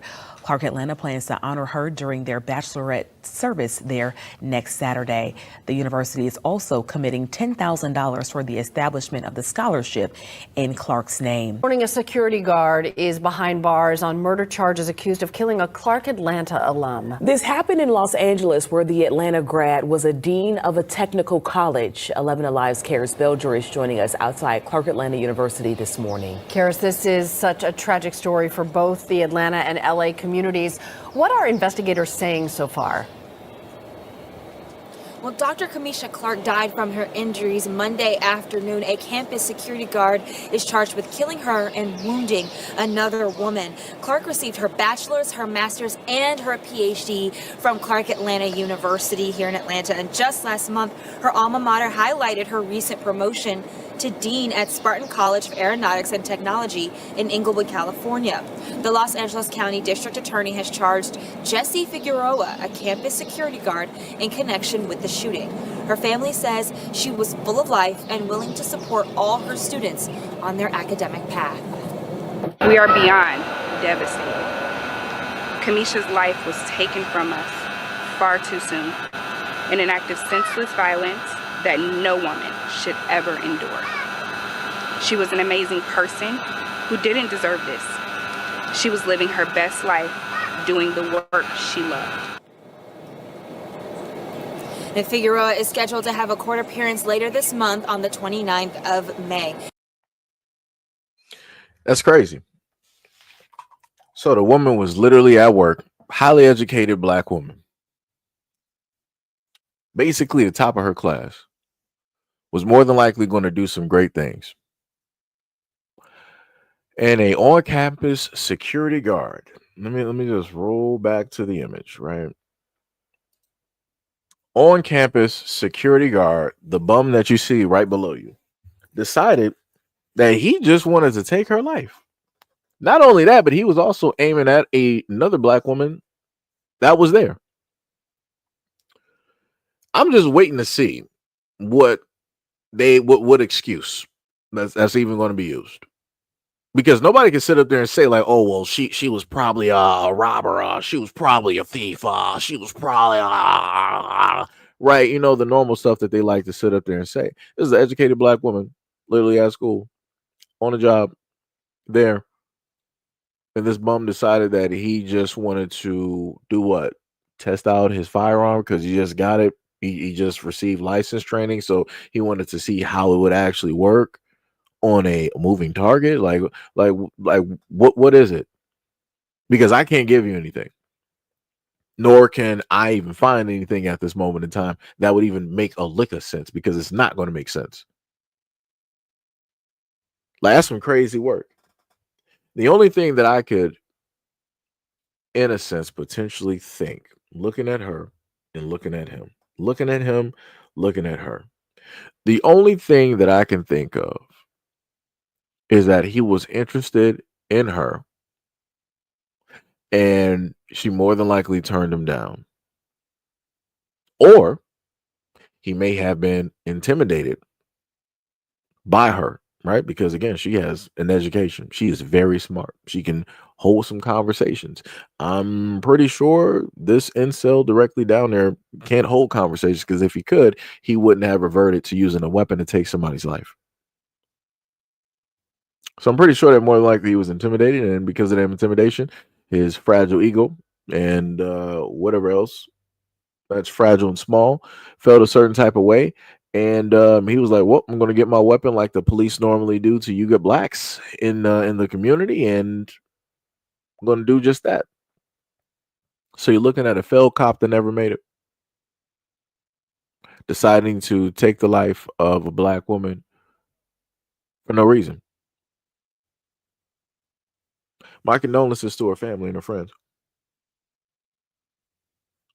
because that's crazy. That's 100% crazy. And you know, the craziest part is this is not even a story that I'm seeing being posted all over social media on X. It's amazing how this story is not getting talked about, not even getting referenced. Like, people aren't even trying to just put the news article or anything like that up there. People are just focused on whatever else. That's some crazy work. But this also shows what I've told you guys before, that the powers that be can come together and orchestrate what it is that they want you to be focused on. Have you talking about what they want you to talk about instead of going out there and actually finding something. They'll just deliver it directly to you. And everybody likes instant stuff pretty much. So nobody's going to have a problem if they're telling you that, okay, we got these topics directly for you. We got these videos directly in front of you. You don't got to do nothing. It's made a lot of people lazy in researching and actually looking at stories and watching the news and videos and everything like that, because everything is instant. Everything is in front of you. You don't got to do no work. You don't got to do nothing. It'll just, you sit there long enough, it'll come to you. That's crazy. Like I said, her story should be posted everywhere. It should be talked about, because it's a shame that she ended up losing her life for no reason. Literally no reason. That's crazy. Some crazy work. So now we got a D said, I'm missing this live, brother. I'm at my children's school for another hour. I'm going to have to rewatch it. Hey, no problem, no problem. You were here. It ain't no problem. You know, you pulled up. You pulled up to the scene. You pulled up. No problem, no problem. Sham said, I bet he was fired for being a crappy security guard. Hey, I don't know. I could just easily tell you, just by I can look at her and tell that she got a certain level of confidence about her, and I can look at him and say that he has a lot of hatred within him. Lot of hatred. Like I said, I promise you that guy right there, that's a dude who does not get any type of women at all. That might have been possibly the first woman or two that he possibly attempted to actually speak to in real life. And I forgot if they even mentioned his age, but looking at him, you would have somebody like him looking the way that he does, being 28, looking like they're 45. That's how crazy that is. Like I said, dudes like this wouldn't be having problems if they would actually shape up and take care of themselves. If they would actually do something about themselves, instead of thinking that everybody needs to just conform. It's like, nah, you need to go out there and physically work out. You need to start running some miles. You need to get yourself in shape, not just physically, but also mentally. And those are the two faculties that he didn't have in order. And this is why we got the situation that we got. Like I said, women couldn't even sit up there and just simply just be without this happening. That's crazy. That's crazy. But now we're going to go to another story, which is this one here. Is another story that I had directly up there, and this one I got to read off. Hopefully I have the article up there. I do. Okay. So they said this. One Saturday evening in January, Jarrell Pryor was wrapping up his shift at a warehouse in Indianapolis, Indiana, and getting ready to meet a young woman he messaged that evening. Pryor, age 26, was dedicated single dad to his 3-year-old daughter, Honey, whom he was raising with an ex-girlfriend. But the little girl was at home with family while Pryor worked, and at night, and a night out awaited with a woman named Alexis Hawkins. The two had connected on Instagram, and Pryor wanted to take Hawkins, 19, out to dinner at a restaurant, but she seemed to be in a hurry, so he drove them to McDonald's and then a liquor store instead. What Pryor didn't know was that at the same time, Hawkins was allegedly texting her real boyfriend and planning to ambush him. Just after 1 a.m. on January 25th, less than 2 hours after he and Hawkins met in person, Pryor was found in a pool of, such and such and such outside of his car. He'd been wounded multiple times and died later at the hospital. His phone was nearby, and with his data found inside, investigators unraveled what they now call a sinister plot by an apparent serial scammer. About 2 weeks after Pryor's death, police tracked down Hawkins, who had been kicked out of her mother's house 2 days after Pryor's death. She denied any involvement in the shooting and stated that she had no memory of that night other than hearing gunshots and running for safety. Quote, "There's no weapon to say I did anything. My fingerprints aren't on anything." But when detectives mentioned Hawkins' strange text to an unnamed person about needing money and making a play real fast that night, she went quiet and asked for a lawyer. Both she and her boyfriend, 18-year-old Brian Winston Jr., have since been charged with murder and attempted robbery. To Pryor's family, it doesn't make sense how a simple date turned deadly. Quote, "He has so many plans. He always wanted to better himself." With the accused killers behind bars, Pryor's loved ones are now left to mourn the hardworking, free-spirited young man that they lost while helping to raise the daughter who now lives with Jahala Freemister, Pryor's ex. Quote, "I know she misses him because she looked around and says, 'Dada,' and I tear up because she was cheated out of her father." She also stated by way of her grandmother, quote, "She has a little shirt with his picture and it shifts her whole mood when she's wearing it." Amid their grief, Pryor's friends remember him for his sense of humor and charm. Quote, "He was one of those people you couldn't stay away from. Even if you bumped heads, he would make you forget you're mad." Pryor had performed streaks as well. He once made a Michael Jackson tribute at his school and memorized choreography from Usher music video. He dreamed of becoming a professional video gamer. Wow. He loved Call of Duty, but found other ways to earn money from a young age. When he was in the 3rd grade, he began buying candy and erasers, selling them to classmates for small profit. Pryor's most important role, however, was being a father. Quote, "That girl is the spitting image of him," particularly about his style.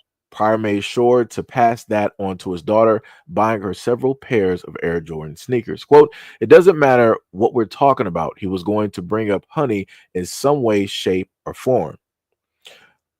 Both before and after his breakup with Honey's mom, Pryor was close with her and her family, helping out with her younger siblings at bedtime. He thought of it as practice for Honey. And Elia also stated that she believes that Pryor alleged attacker missed an opportunity that night. Quote, "He would have been there for her, but she didn't give him a chance." Hawkins and Winston remain in custody, and police have stated that both have insisted that they did nothing wrong. They have not entered a plea, nor do they have an attorney, I guess, to represent them. That's crazy. That's some diabolical work. That is some diabolical work. Young man, single father, who was still in very not good spirits, but he was still having great or good communication, co-parenting, with his ex, and even she had still something nice to sit up there and say. Like, that's some crazy work, and all because this bum was broke, and then she had a bum of a boyfriend. Two bums together decided to get some type of plan and plot directly on this young dude so they can just hurry up and get a quick $100 or something like that's crazy. And now that little girl don't got her father. Now she's fatherless. That's crazy. And then they still sitting up here saying that, "Oh, I didn't do nothing wrong. I don't even remember that day." Yada yada. Man, just throw him. Just get him. Just pull this death penalty. That's it. That's it. I ain't trying to hear no excuses. I don't want to hear none of their families coming out trying to say, "Oh, my daughter's a good person. She got caught up with the wrong." Nah, your daughter's a bum. She's a murderer. She's a killer. Throw them all away. Give them the death sentence. I don't want them to ever see the light of day at all. I don't want no type of light sentencing to sit up there and take place because she's a girl. And I ain't trying to know. I don't want none of that. Just like how they threw that young man away, throw them away. Just like how they sat up there and left him out there on a cold, gasping for air, do the exact same thing to them in prison. Like, that's crazy. That's crazy work. And I'm specifically bringing this up because I know that we got, people out here raising sons. And a lot of y'all that's raising sons right now need to be very aware of how it is that the young women out here will line your sons up real quick. They will line them up. And like I said, remember, it said in the story, like, yo, he was going to take her out to dinner. He was like, yo, we about to, go out to a restaurant. But magically, she was in some type of rush. He was like, all right, no problem. We'll just get McDonald's and go to a liquor store. Even the ex-girlfriend sat up there and said that, yo, he would have actually been there for her. If she actually needed help, he would have actually, tried to really help her out. But she never gave him a chance because she was hooked up with a bum. And you got a lot of girls just like her that like dealing with bums. That's some crazy work. Dude was sitting up there doing the things that he's supposed to be doing. Taking care of his daughter, working, everything. Gone. Gone. That's crazy. That is some crazy, crazy work. Crazy. So yeah, for the women out there, please have conversations with your sons. Because guys we will normally sit up there and tell our sons or our younger male family members how girls out here be moving and how they'll sit up there and set you up. This ain't the first time that I've given y'all a story where young guys such as this ended up getting backdoored or got set up where they decided to invite a girl over, after they've been talking for about a week or two and invite her over to the house. And then magically a gang of dudes just sitting up there, busting in through the back and the front door to sit up there and rob him, inevitably to take his life for a little bit of nothing. Like I said, it's crazy work out here. So now we got one less father in the black community to raise his child. It's crazy work. And again, these are ways that you have a lot of black fathers losing their lives on top of other examples in the black community that, a lot of people don't want to actually talk about. My condolences to his daughter and, his family and friends. My condolences. So now, Caroline,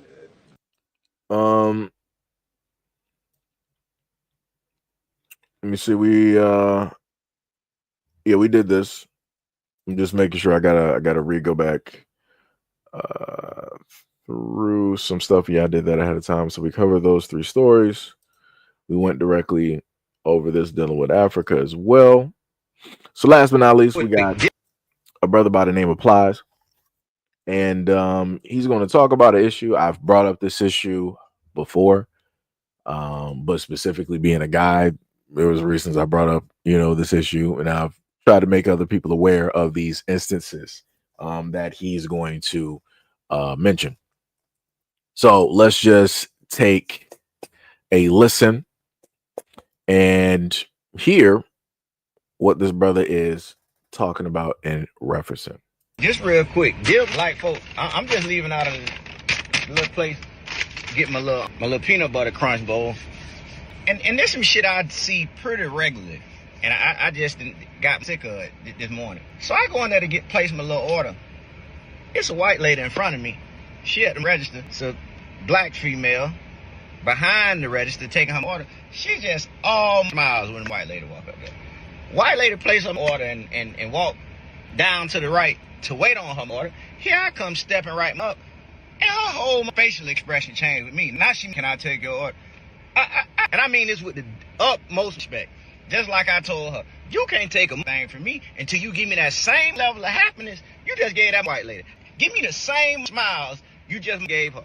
She ain't tell them joke, she ain't did a thing, but walk up here to the counter and you like the Kool-Aid woman. So you can't take my order until you give me the same level of happiness you gave her. Smile. That's what I done told. Smile. No, you can't take my order. You can take it after you start smiling, just like you was for her. Sick of that. They walk up, you. Can I? Soon as I walk up here, you act like we just had an argument. Sick of that shit. And I done seen that a million times. That shit happened to me. Come watch them at another table. They taking somebody's order, white family order. They all smile, playing with the baby and all. Then you walk your over here where I'm at, and you round up like somebody farted or something. I'm sick of y'all, man. Y'all need to get y'all together. Right. So you heard that, right? So Plies was basically saying that there was a woman, just so happened to be black, that was taking an order. And when the white woman came up to the register, black woman was all smiles, ear to ear, Zatarans, that type of thing. And then when he came directly up there to, give his order, you got attitude. It just got a stale face. And I'm like, that's crazy. That's some diabolical work. Where I'm not going to sit up there and say that he is incorrect, because I've gotten that. Because the craziest thing, like, even if let's say if it was a black dude, he might have been having like a bad day or whatnot or whatever at work, I'm still going to get like a what's up from him. I still sit up there and tell him, like, what's up, and a different thing. Maybe I might try to have a conversation to try to flip his mood, just a little bit, so that he can make it through the day. But in instances where I've gotten the exact same thing that Plies is talking about, it's like, yeah, nah, there's not even a leeway in there to try to engage with a person to maybe try to see what's wrong, or to try to change the mood. It just is what it is. You're just going to get that face, you're just going to get that energy, and you just got to sit up there and deal with it. And I'm like, dog, I don't even want my food now, because I'm like, I don't even know you. I'm not even understanding why I'm getting this, like, the door. You acting like I owe you child support. Like what are we doing? Like you acting like we actually dated, and I sat up there and did the worst to you. Like I'm not even getting it. But it'd be like that. Like I said, there's nothing you can do about that. And like I said, I can only sit up there and talk about that being a black guy. It'd be like that. You just got to sit up there and hold that L. Like I said, shout out to the black guys out there that be having bad days, and we can still have a conversation and maybe even like laugh. Shout out to y'all. Because at least there's some type of leeway where, something can, probably get, situated and sorted out, and everybody is at least like smiling for like 5 seconds or something like that. Things are a little bit better. Like I said, there is no leeway with that whole thing. It's nothing you can do. Nothing you can do. Now, I will sit up there and put it to a whole nother instance, of which, for when black women end up dealing with the same thing, it's more so from women who are not Black American. Now, I've heard that. I've heard, women from other areas who are melanated giving black women, all types of like attitudes and this, that, and I've heard that. And in certain instances, I've been able to see it. I'm like, ooh, I'm like, yo, what just happened, right? I'm like, do y'all know each other? I'm like, why she got that face? Like, why is she talking like that? Because then after she leaves, I'll go up and I'm getting like, hey, how you doing? What would you like to have? Like, this is what we got on. I'm like, yo, that energy shifted. I'm like, yo, that is crazy. The energy, like I said, the energy shift is wild. It is wild. Like it is mind opening when you actually see that happening. So, like I said, for black women, I've seen that in the instance of women who are not Black American, have a type of issue and treat y'all certain. Trust me, I've seen it. But again, just speaking from a black man's point of view, this is the type of stuff that black men, young black boys and whatnot go through periodically, even through life, where stuff like this will, you know, sit up there and happen, which is crazy. It's undeserving. Realistically, it shouldn't happen, especially if the dude is a complete stranger that does not know you. This is why I said before that a lot of people need to work on themselves and they need to monitor and check their own energy, because the way that you will interact with somebody, you never know how that may affect their day, right? You never know what type of impact that may have. Somebody could be having a great day, and then you just come up, flip a switch, and decide that you want to, have a certain type of attitude. You just messed up that person's day, and not even just that person's day, but now every other person that's going to come in contact with that person's energy, all of them are messed up. So like you're talking about like hundreds and thousands of people, even on like the smallest of level dealing with energy. Just the smallest of thing, just the smallest of minor shifts can cause or have a large impact. But a lot of people don't even understand that. A lot of people don't even understand it. It's crazy work. It's diabolical in nature. Yo, Hack, what is up? What is up? You said you're not feeling well. See y'all later. Have a good weekend. You too, brother. Make sure to drink some tea, and whatnot. Have some great tea. Make sure to get some type of rest. Make sure to potentially even take try like a warm shower and whatnot. Maybe that might help out as well too. Hopefully you will feel better.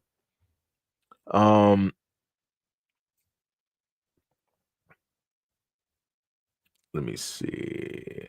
Third eye was like, I'm at a point that I don't even talk to black women unless it's a female working at a grocery store and I need to find something. I mean, I understand. I understand. Because trust me, like I said before, I worked at Whole Foods and I worked with a variety of women. Some of those women were Black American. Some of them might have been from the islands, African, and whatnot. So I trust me, I get it. I understand because I've had days coming into work that I'm the type of person, if I happen to see you and I've talked to you, like the energy has been pleasant. If I happen to see you whatnot, I'll try to say something positive or whatnot to you, and you'll just get those moments and times where people just like it's just like a type of energy or what. I'm like, all right, whatever. Like I ain't even about to. I'm not even about to do it. I'm like, you got it. I'm like, I'm not even about to do it. And it's like from that point, that's when I'm just like, I'm not even gonna try. Like I said, all it takes is that one time. And if I know it's deliberate, all it takes is that one time. And it's like, yeah, I'm out of there.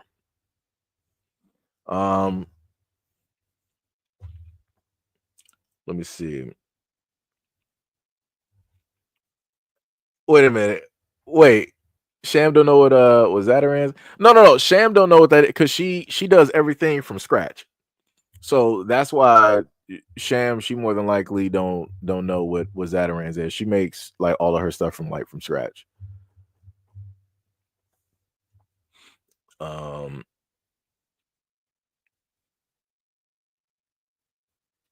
Let me see. Why is the reinforcement of negative violence, racist victim mentality, and culture looked at so positively when Black Americans don't believe that they should ever be responsible for their own actions? I don't even know what you're even talking about. Like you just strung together anything just to put something directly out there. That don't even make sense.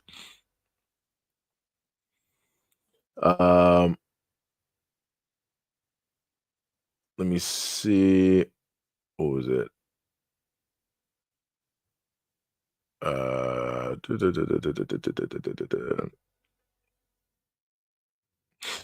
So this is what I want to say to any of the white folks that want to just like peel through and just start saying anything. Y'all just don't make no sense. I'm just gonna put it like that. A lot of times y'all don't make no sense. Y'all just try to string together anything to either try to get some type of like a rise or I guess you could say a notice or something. Like I said, I don't know. But half of the time when y'all happen to leave comments, it doesn't make no type of sense. Like that is crazy. That is 1,000% crazy. Yeah, she like that woman right there. She be having like a whole garden and everything. you know, yeah, like a whole garden. Growing everything from the ground. Straight from scratch, and and all of that. So like I said, Sham be out there. It's crazy, diabolical. You said who said I was white? It can be either which way. It don't matter. You can either be white like, or you can actually be a white person. White like basically means somebody that is black and or a minority that decides to have a white type of thinking pattern or mentality, or you got somebody who is actually white. Either which way, I'm still right, so it don't matter. So I'm a little bit confused on how people are a little bit confused. It makes no sense. But anyways, Sham said, yeah, I mix up all of my seasonings from my garden and I even dry out my spices. I make gumbo and dirty rice, red beans and rice, and a lot of other stuff. Yeah. Yep. Yes, indeed. You said, so you call me an Uncle Tom. Who said that? You're the only one that called yourself that. Like, that's how crazy that is. You're saying that I called you something that did not even come directly out of my mouth. If I wanted to basically say that, I would have said that. That's not what I said. It's not what I said at all. That's what's called projecting. So maybe you feel that way about yourself. So in order to get that out, you project that onto somebody else, making it seem like that's what they think about you or saying about you. When in reality, if I were to go back and rewind, it's specifically and exactly what I said. If I were to go back and get the transcripts, I never said that. But go off though. Go off though. Sham said, I make my own apple juice too. I got apples in my yard growing. Also making my own apple cider vinegar. Yep. Sham be out there. Sham be out there with the green thumb and all. Let me tell you. The amount of breaks we sitting up there playing Towerborn. Sham is like, oh, I gotta take a break. I gotta water my plants. I gotta water my flowers. I gotta tend to the garden. I'll be back in 2 hours. I'll be back from 3 to sundown. I'll be back to the game. Oh man, let me tell you. And I've been telling this woman, like, yo, with all the information that you got, you should, really start doing some social media, and different stuff like that, and educating people. Sit up there and have conversations. It's almost like the Discovery Channel. Sitting up there learning something new every single day.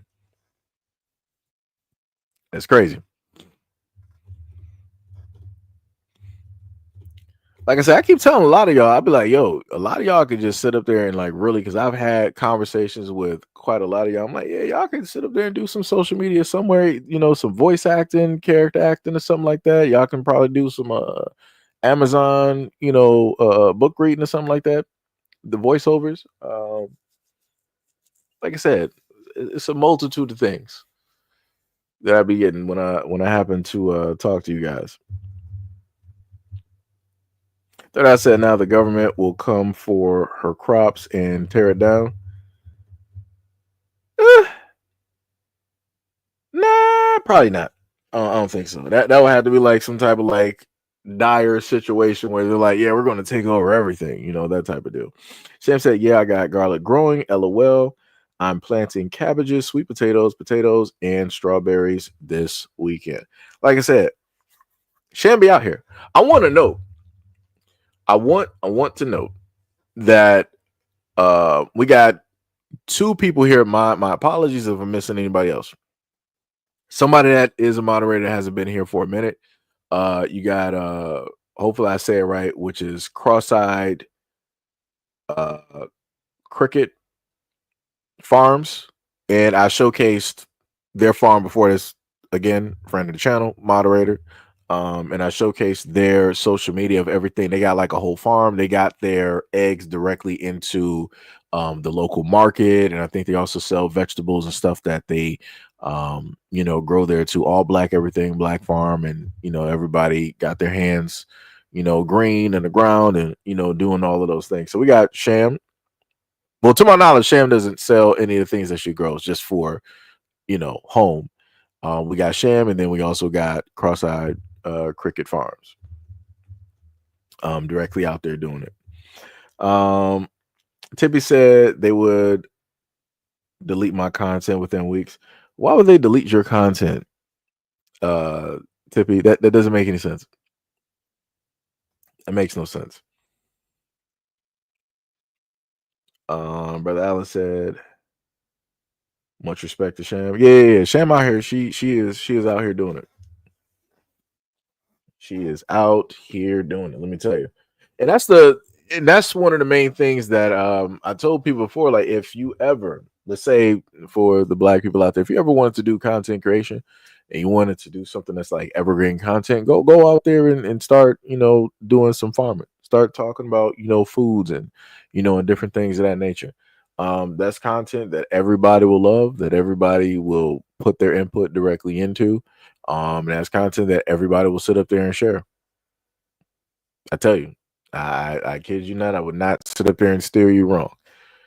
That is again, that is good content, and that's content that people, even like, let's say 5 to 10 years from now, people could come directly back to your channel and learn something about spices, learn something about herbs, learn something about planting, agriculture, hydroponics, different thing of that sort. Tippy said Instagram got me twice. What did you put up on Instagram, Tippy? That's the thing. What did you put up on Instagram to get your content deleted? You had to put something crazy up there. Demoni said, make sure you send that 10% finder's fee. This man right here.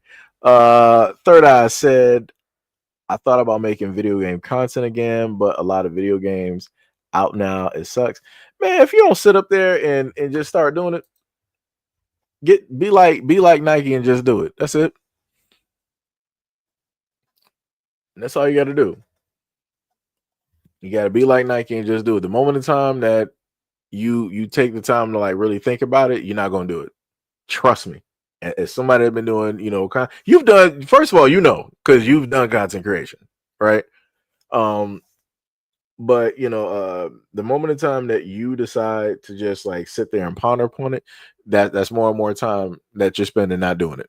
And then it's going to get to the point where you're just not going to do it. So the best option is to just go out there and actually do it. You said I can't play games that I hate or not interested in. You got thousands of games directly out there. We got thousands of games. Let me tell you, thousands of games. And let me put it to you like this. All right, so cool. You got games out there that a lot of the games of today you don't really like. No problem. Go and you can just start up let's say like a retro gaming channel. A lot of when I tell you like a lot of, matter of fact, Third Eye, how old are you? As a matter of fact, how old are you? Age range.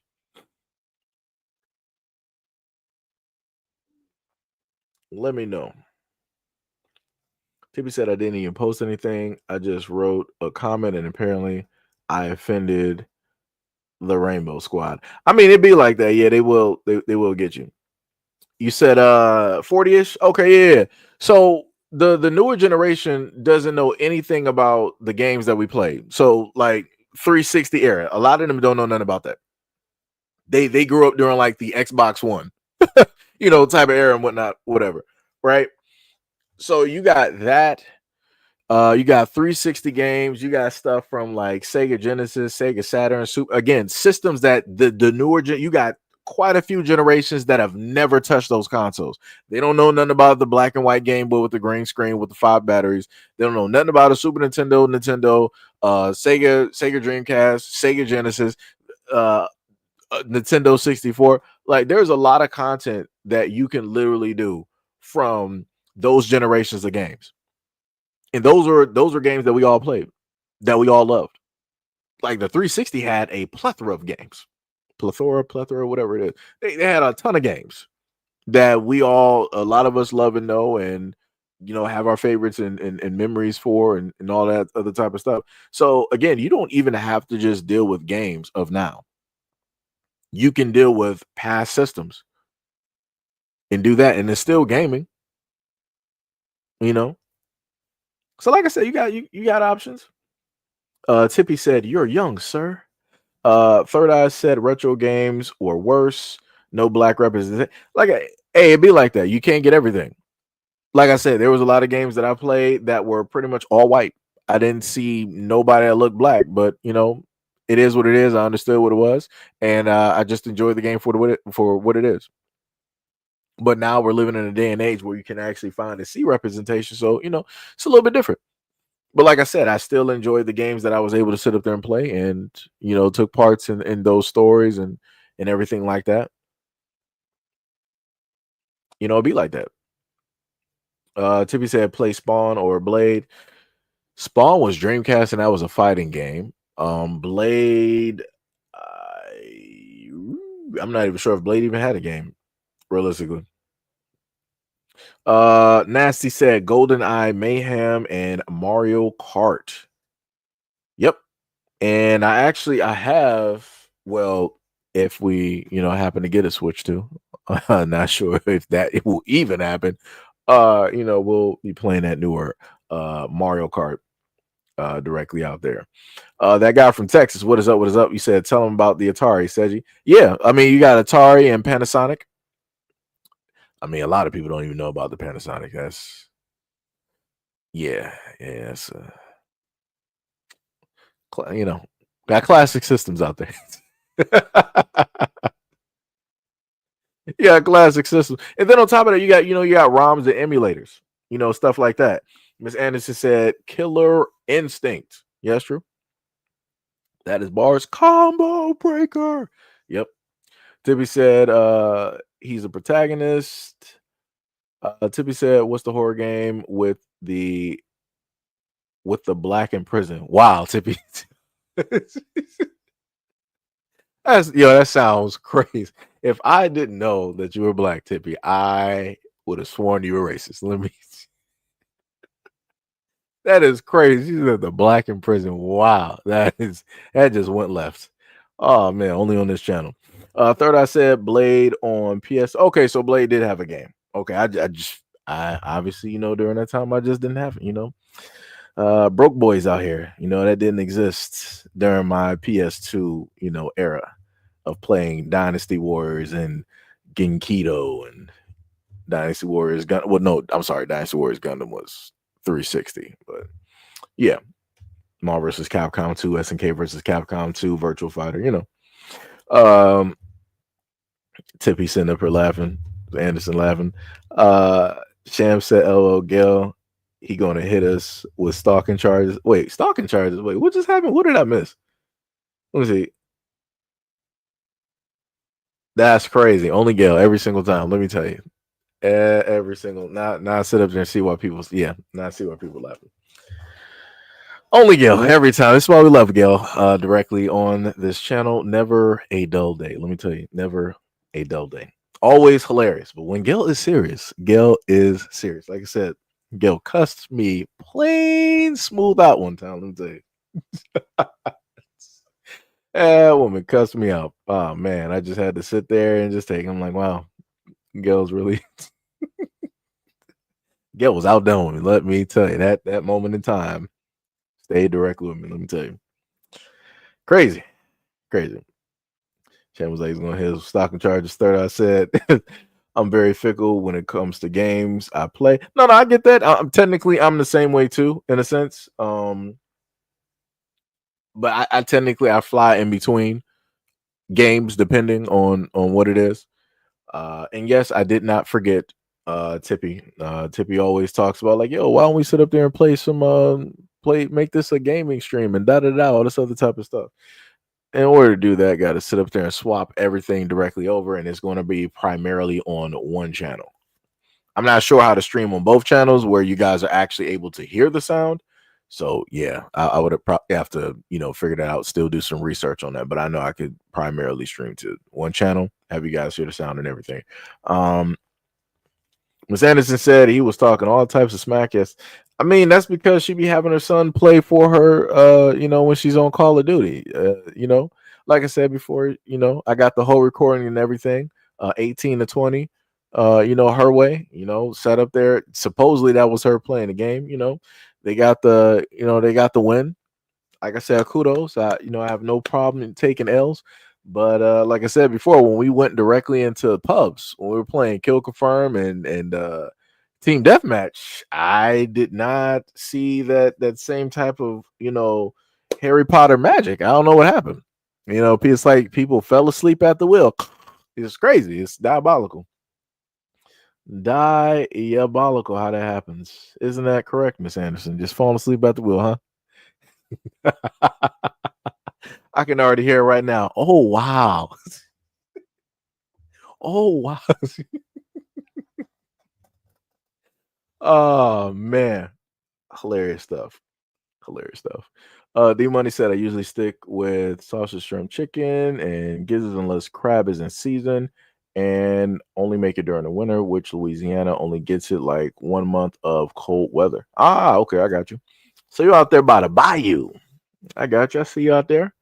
I see you.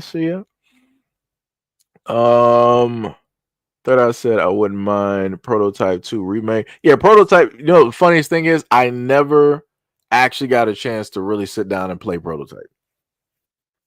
Never really got a chance to actually play it. But I always thought that Prototype was a pretty dope looking game though. Tippy said, what about that game? Said you played a black man, everyone trying to kill him. I think it's a 70s thing. Wait, are you talking about Mafia? Are you talking about like Mafia 3 or something else? Because that's the only game that I can think about. Tippy said, oh, what about Spider-Man Miles Morales? I would actually have to buy that if I were to play it. The funny thing, don't I got the first Spider-Man? No. What do I got that came with the PS4 that I never played? I think I got Last of Us 2. Why did I say it like that? I got the Last of Us 2. I think I said Last of Us. I'm like, I don't know what that is. I got the Last of Us 2 and I think God of War. The one before the last one. Was it Ragnarok or something? No, it wasn't that. It was whichever one. I got those two for PlayStation. Still unopened, never played them still to this day. But I got the games though. Yep, I knew it. Miss Anderson. Wow. It's hilarious. Nat said I forgot about Mafia. ... Memories. Yep, Mafia is one of those games. Also, speaking of which, you have Mafia, the old, what is it? The Old World or something like that. I forgot what it was, but basically them going back to Italy. So they're going back to the early like 1900s, 1910s, 1920s, stuff of that nature. Going back to the Mafia home. So for anybody that loves Mafia, if you thought that you were going to see some black people, you ain't seeing nobody. It's going to be looking like The Godfather directly out here. It's going to be looking like Casino up in here. It's going to be looking like some Tony Montana, Scarface, Carlito's Way. That's what it's going to be looking like. So, so if you want to finish out that story, just be there for the ride, Be there for the ride. Tippy said, no, Seiji, it was a first-person shooter fighting game. It came out a couple years ago. I don't know what that would be. That's news to me, Tippy. Thank you, D Money. You said Mafia, the old country. Thank you. Sham said, I like a lot of veggies in my gumbo except for okra. I can't do okra. Always gag. Yeah, it be too cold. Here it gets like below 20 sometimes. It's so cold, I be crying. Funny enough, I like cold weather. I like either or, cold or warm weather. Third Eye said, Mafia, forget about it. Tippy said, a black man is the main character. Tippy, I'm telling you, I don't know what that game is. Don't know what it is. Nasty said, yeah. D Money said, nah, Mafia 3 will always be my favorite, right? Tippy said, go black, Red Dead Redemption, make a black character. Then Third Eye, oh my goodness. You said go play. Nah, you said what you said, Tippy. You said go black. That's what you said. Nah, that was no typo, Tippy. Just like you said, the black in prison. Yeah, we see you now, Tippy. Third Eye said, I know the one you're talking about at Tippy. Forgot the name. Yeah, I don't know what it is. Yo, Stalker, what is up? What is up? What is up? He said, new sub, enjoy your content. Hey, much love, respect, and appreciation. And welcome to the channel where we talk about a variety of things and sometimes nothing at the same time. Shout out to Seinfeld, show about nothing. So, we do that out here in these streets.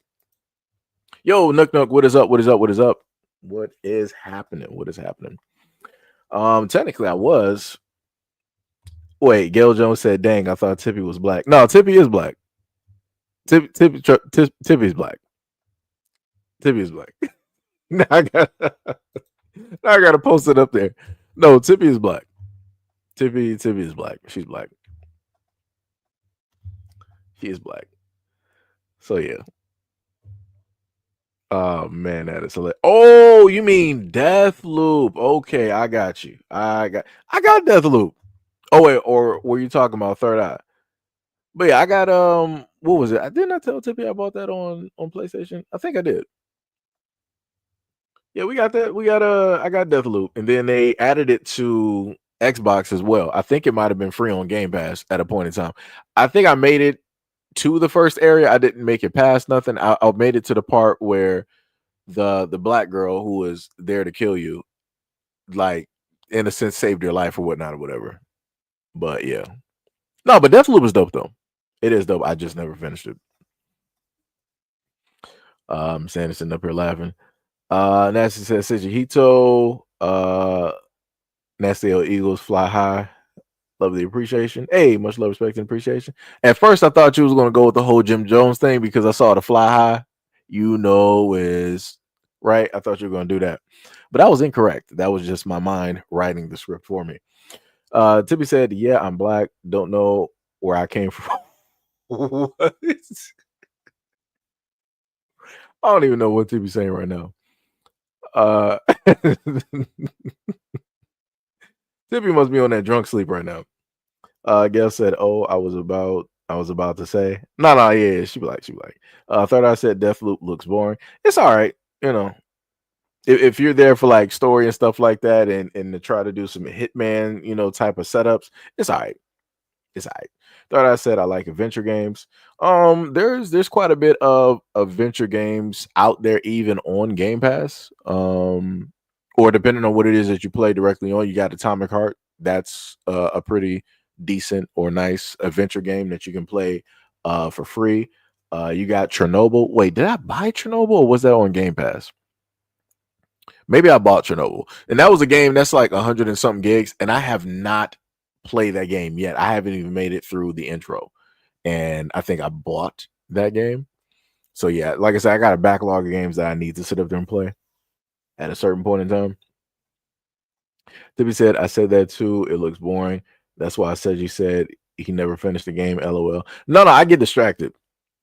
Like I said, I get distracted real quick when it deals with games. Like if I see like one thing is like, all right, I'm entertained, I'm playing it, and then something else shows up that I may be interested in or a little bit more, I will roll over to the other side. It's only rare few games where I will binge. Like Sham, she's seen me. Like I've been primarily on Towerborn at this moment in time, just binging that game and just trying to get some legendaries, trying to perfect, my gear and everything like that. Before that, it was Risk of Rain 2. It would be me and Sham playing, or then it would be me, Sham, and Ty playing, on Steam and whatnot. Just trying to go through and lock characters and different stuff like that. Like I said, I try to find multiplayer games where a lot of us can sit up there and play, stuff like that. Tippy said, "I said that too." Oh yeah, I read that one. D Money said, "Tippy is not black, she's translucent." No, Tippy's black. She's black. She is black. Tippy said, "Gail thought I was white." Sham said, "LOL, I do that." Tippy said, "It's Friday. We need a gaming stream to clear our minds from reality." Third Eye said the last game I played is Dragon's Dogma 2. I made a black character, male and female character. Ah, all right, that's pretty dope. You know, that's another game I didn't really get into. I think I played more Elder Scrolls versus Skyrim, and I think Sham is a Skyrim fan, if I remember correctly. Or is it Oblivion? Same thing, Skyrim, Oblivion. But yeah, I think Sham is a fan of one of those games. I remember she was telling me about it. Ty was like, I missed a lot, huh? I mean, technically quite a bit. I missed a good chunk of 2 hours and 20 minutes. We had actually just brought you up because we were talking about Risk of Rain and I was listening to the games that we play on Steam and stuff like that. D Money said, my GTA character is black. Bars. Ty said, YouTube never said that you were alive. Oh, that's diabolical. That is crazy. Let me check this. I know I put, I made it all public too. That's great. Yeah, like I said, you know, that's what YouTube tends to do directly to this platform. They will not let y'all know when I just so happen to go live. That is tough. That is very, very tough. Very tough. Let me tell you. And like I said, I try to go live. If I'm not going every day, at least frequently, I will, you know, try to go live and do stuff like that. Tippy said, y'all, I saw a clip on Instagram of dude asked his friend to spell orange. The friend said, I'm good at kiting. That's crazy. Deuce D, what is up? What is up? Said, so who arrested the cop that stops you walking with his weapon drawn? I've experienced this scenario multiple times, and not once was an officer arrested for using lethal force. Yeah, they'll never be arrested. Cops don't hold other cops accountable. And a lot of people will sit up there and say that there are good cops there. Obviously not, because the good cops are staying silent, which means that they are complicit in the actions of the bad cops, which means that you got all of these bad cops running amok and being directly out there.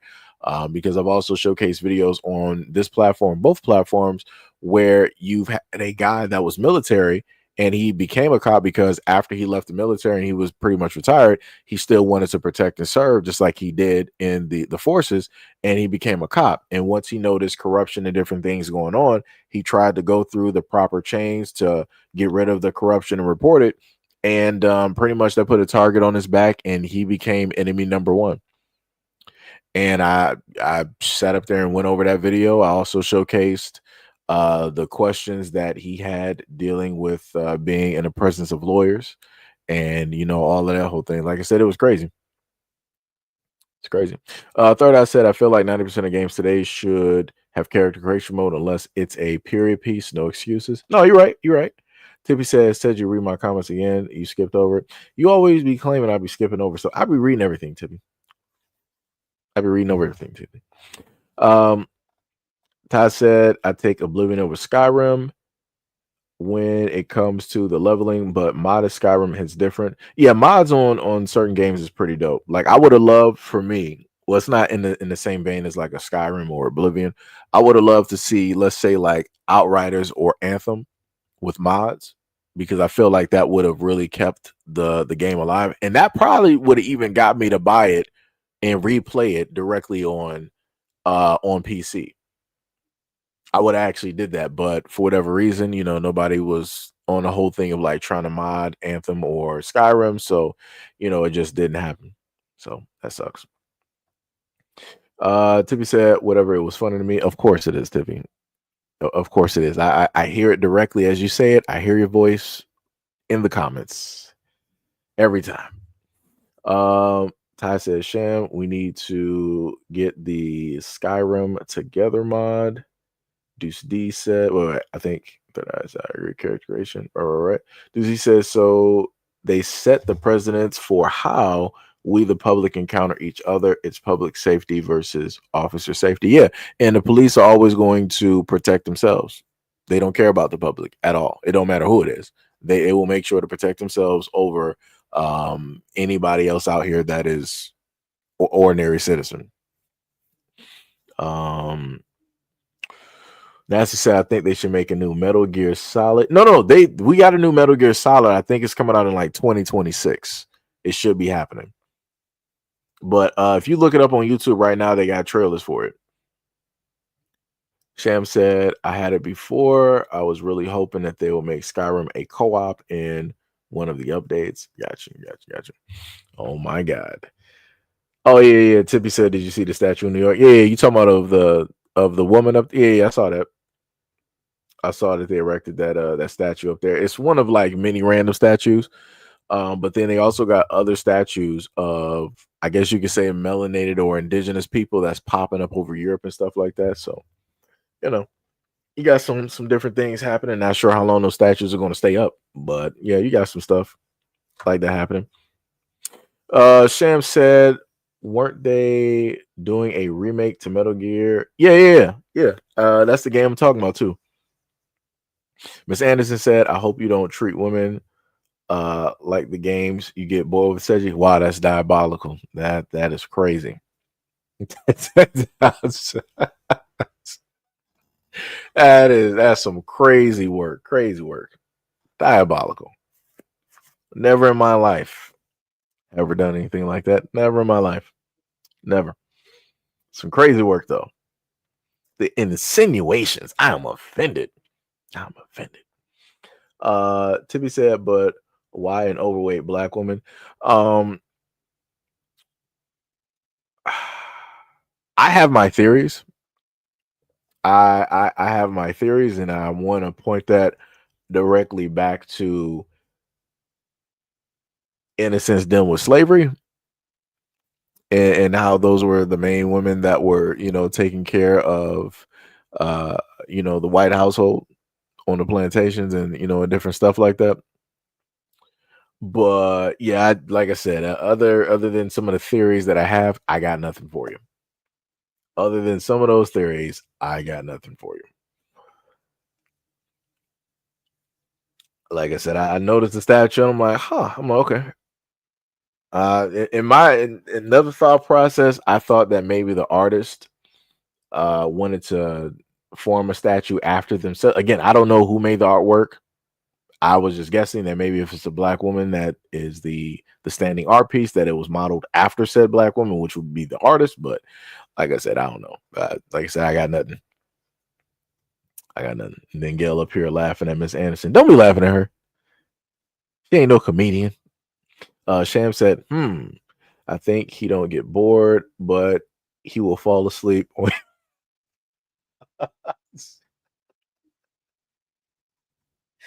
Man, that is crazy. That is diabolical. This man D Money said Seiji trades them in like GameStop. That's crazy. Miss Anderson said, you said it with your chest though. Had me clutching my pearls. Wow. That's crazy. Tippy said, that's why I can't deal with y'all. This is exactly why I can't deal with y'all. Oh my goodness. See, this is one of the main reasons I would more than likely just do, like a gaming stream. Well, away from this stream, right? Because you got to make sure that it's separate because of the title and everything. But this is why I would do a gaming stream, so y'all could just sit up there and just like chill and talk and different stuff like that. But y'all would have to make sure to come to the second channel in order to be a part of, said live stream. Because again, if I happen to live stream video games, it's going to be specifically from, one channel. So, just got to put that directly out there. Got to put that reminder. I do smell some food. I am a bit hungry, and I'm probably about to go figure out something to eat. I do want to sit up there and give a much love, respect, and appreciation to any and everybody that's been here during this live stream, though. Let's see. On one side, we got about a good. I'm trying to look at the analytics. Oh, so at one point, somewhere in the live stream, we ended up having about a good 13K people roll up. So that is a high positive. So, I mean, they probably not going to see it anyway, but shout out to those individuals there that pulled up to the live stream during that point. Not sure how many of them basically stayed, but, shout out to those people. On the other end, we're going to see what we specifically got. Give me a second. Give me a break. Give me a break. Break me up. Ooh, it's the same on both sides? Brother, what? Wait a minute. Am I on the right? All right. Okay. Well then. That's very interesting. That was that's crazy. All right. That was unexpected. Hmm. So that's about what, roughly about 26K together. Oh, all right. Congratulations. Let me tell you. Let me tell you. Sham said, LOL, this was why we're getting a restraining order. If we come to visit, that man is going to be over. That is crazy. D Money says, Seji, if you're a womanizer, embrace it. No judgment here. Wow, that's crazy. Tippy said the second channel is the second coming, right? Yeah. Yeah. Yes, indeed. Yes, indeed. Yo, S. John. Okay, so you said the artist for the sculptures is Thomas J. Prince. So let me see who this person is real quick while we're out here. Thank you for that. Thomas J. Prince. Huh.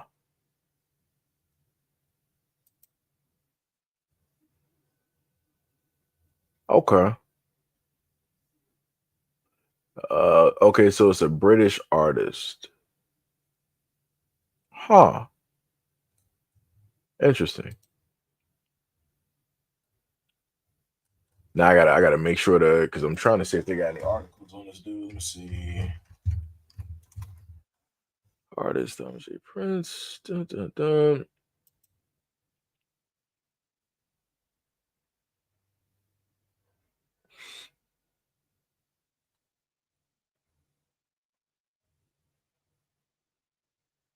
Okay. All right. Let me see. Grounded in the Stars is a fictional person stemming from observations and open calls to have taken place from London to Los Angeles, according to the Times website. Price has used the same method to create the 5 bronze figures featured in the exhibition's Resilience of Scale. Quote, if these fictional characters are from a gender or perceived race that you have decided should not be at that level, and suddenly you see them presented in their glorious, it challenges people's internal landscapes. Huh. Wow, Fox News was like, the New York statues take wokeness to an unprecedented heights. That is crazy. Wow. But if it was a white woman that he decided to make a sculpture of, it wouldn't have been wokeness. It would have just been deemed as a beautiful work of art and all this other type of stuff. That's some crazy work. That is some crazy work.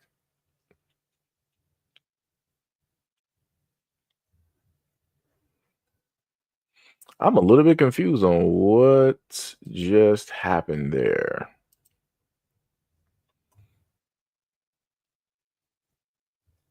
Wait, let me see something real quick.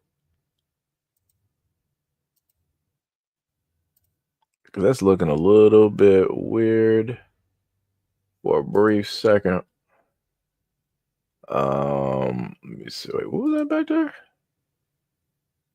Okay. So let me go back here. And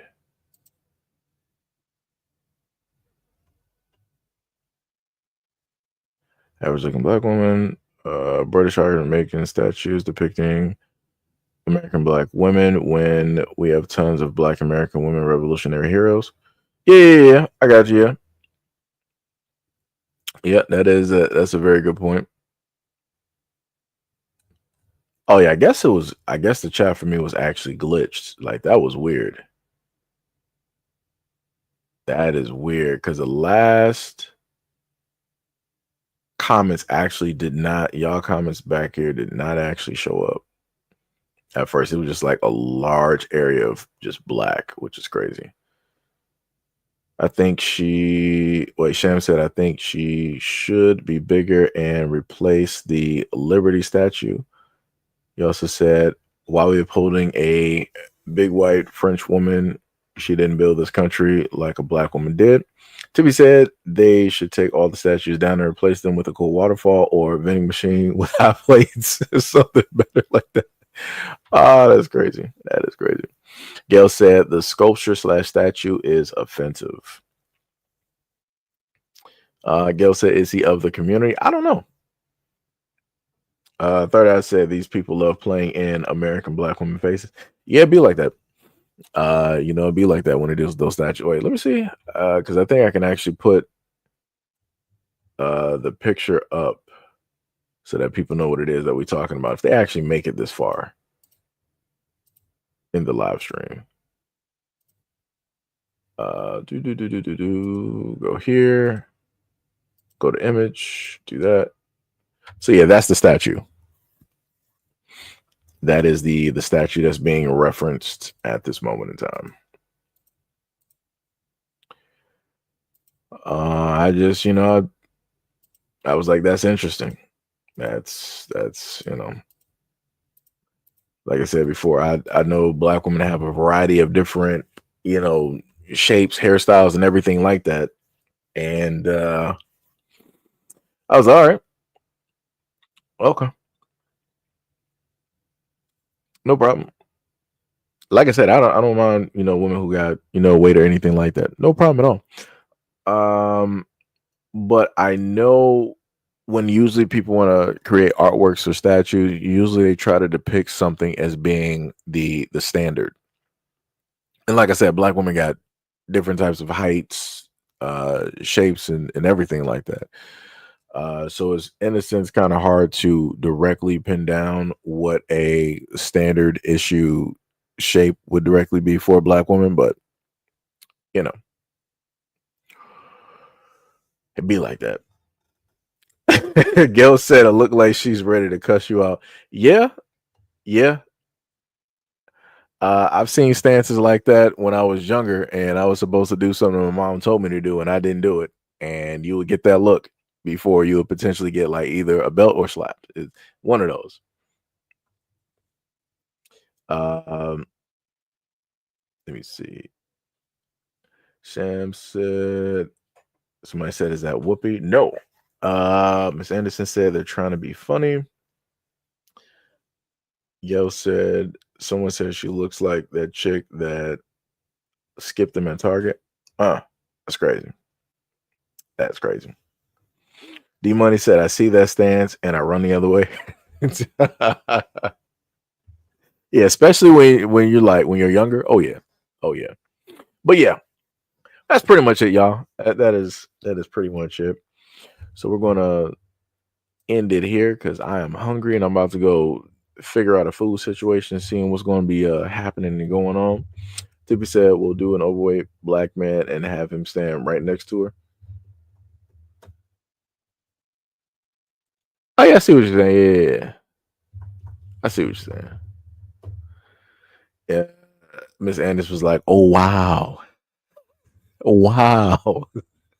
Sam said, "I got a new Umbra today in the game." Okay, I got you. So yeah, I'll probably be getting on what is it? Can't get my mind right because I'm hungry. On Towerborn in a minute. I'm about to go figure out a food situation and go get that running. Not sure if I might do cornbread and spaghetti or I might just make some hamburger and fries. I might do that. Just ground up the hamburger real quick, cook it, and put that on top of some fries with a nice little topping. Might do that. Benson said in France they have the ISIS statue. Do you remember Lizzo? Calvin Klein poster in New York. Barely. Tippy said they're doing this on purpose, further the gender divide. Stephanie Adams said, wow. And Miss Anderson said she only missing a baby and a stroller. Yeah, something like that. Then I'm not even sure what that last comment is even supposed to be. Well, I'm gonna sit up there and just end the stream there. We actually did pretty good. Got about close to about almost like 25K that pulled up at a moment in time. Much love, respect, and appreciation to any and all people that have pulled through and came here. Shout out to my mods. Shout out to anybody who donated. Shout out to the members. Shout out to the patrons, and shout out to the regulars as well. Love you guys, and I will, again, anything that y'all were able to see directly in this live stream, I'll have that in a shorter video format uploaded for you guys a little bit later. And if you want to replay the live stream, you got to give YouTube a little bit of time and you'll be able to watch it. But yep, see you guys later. Love you and have a great weekend. Peace out.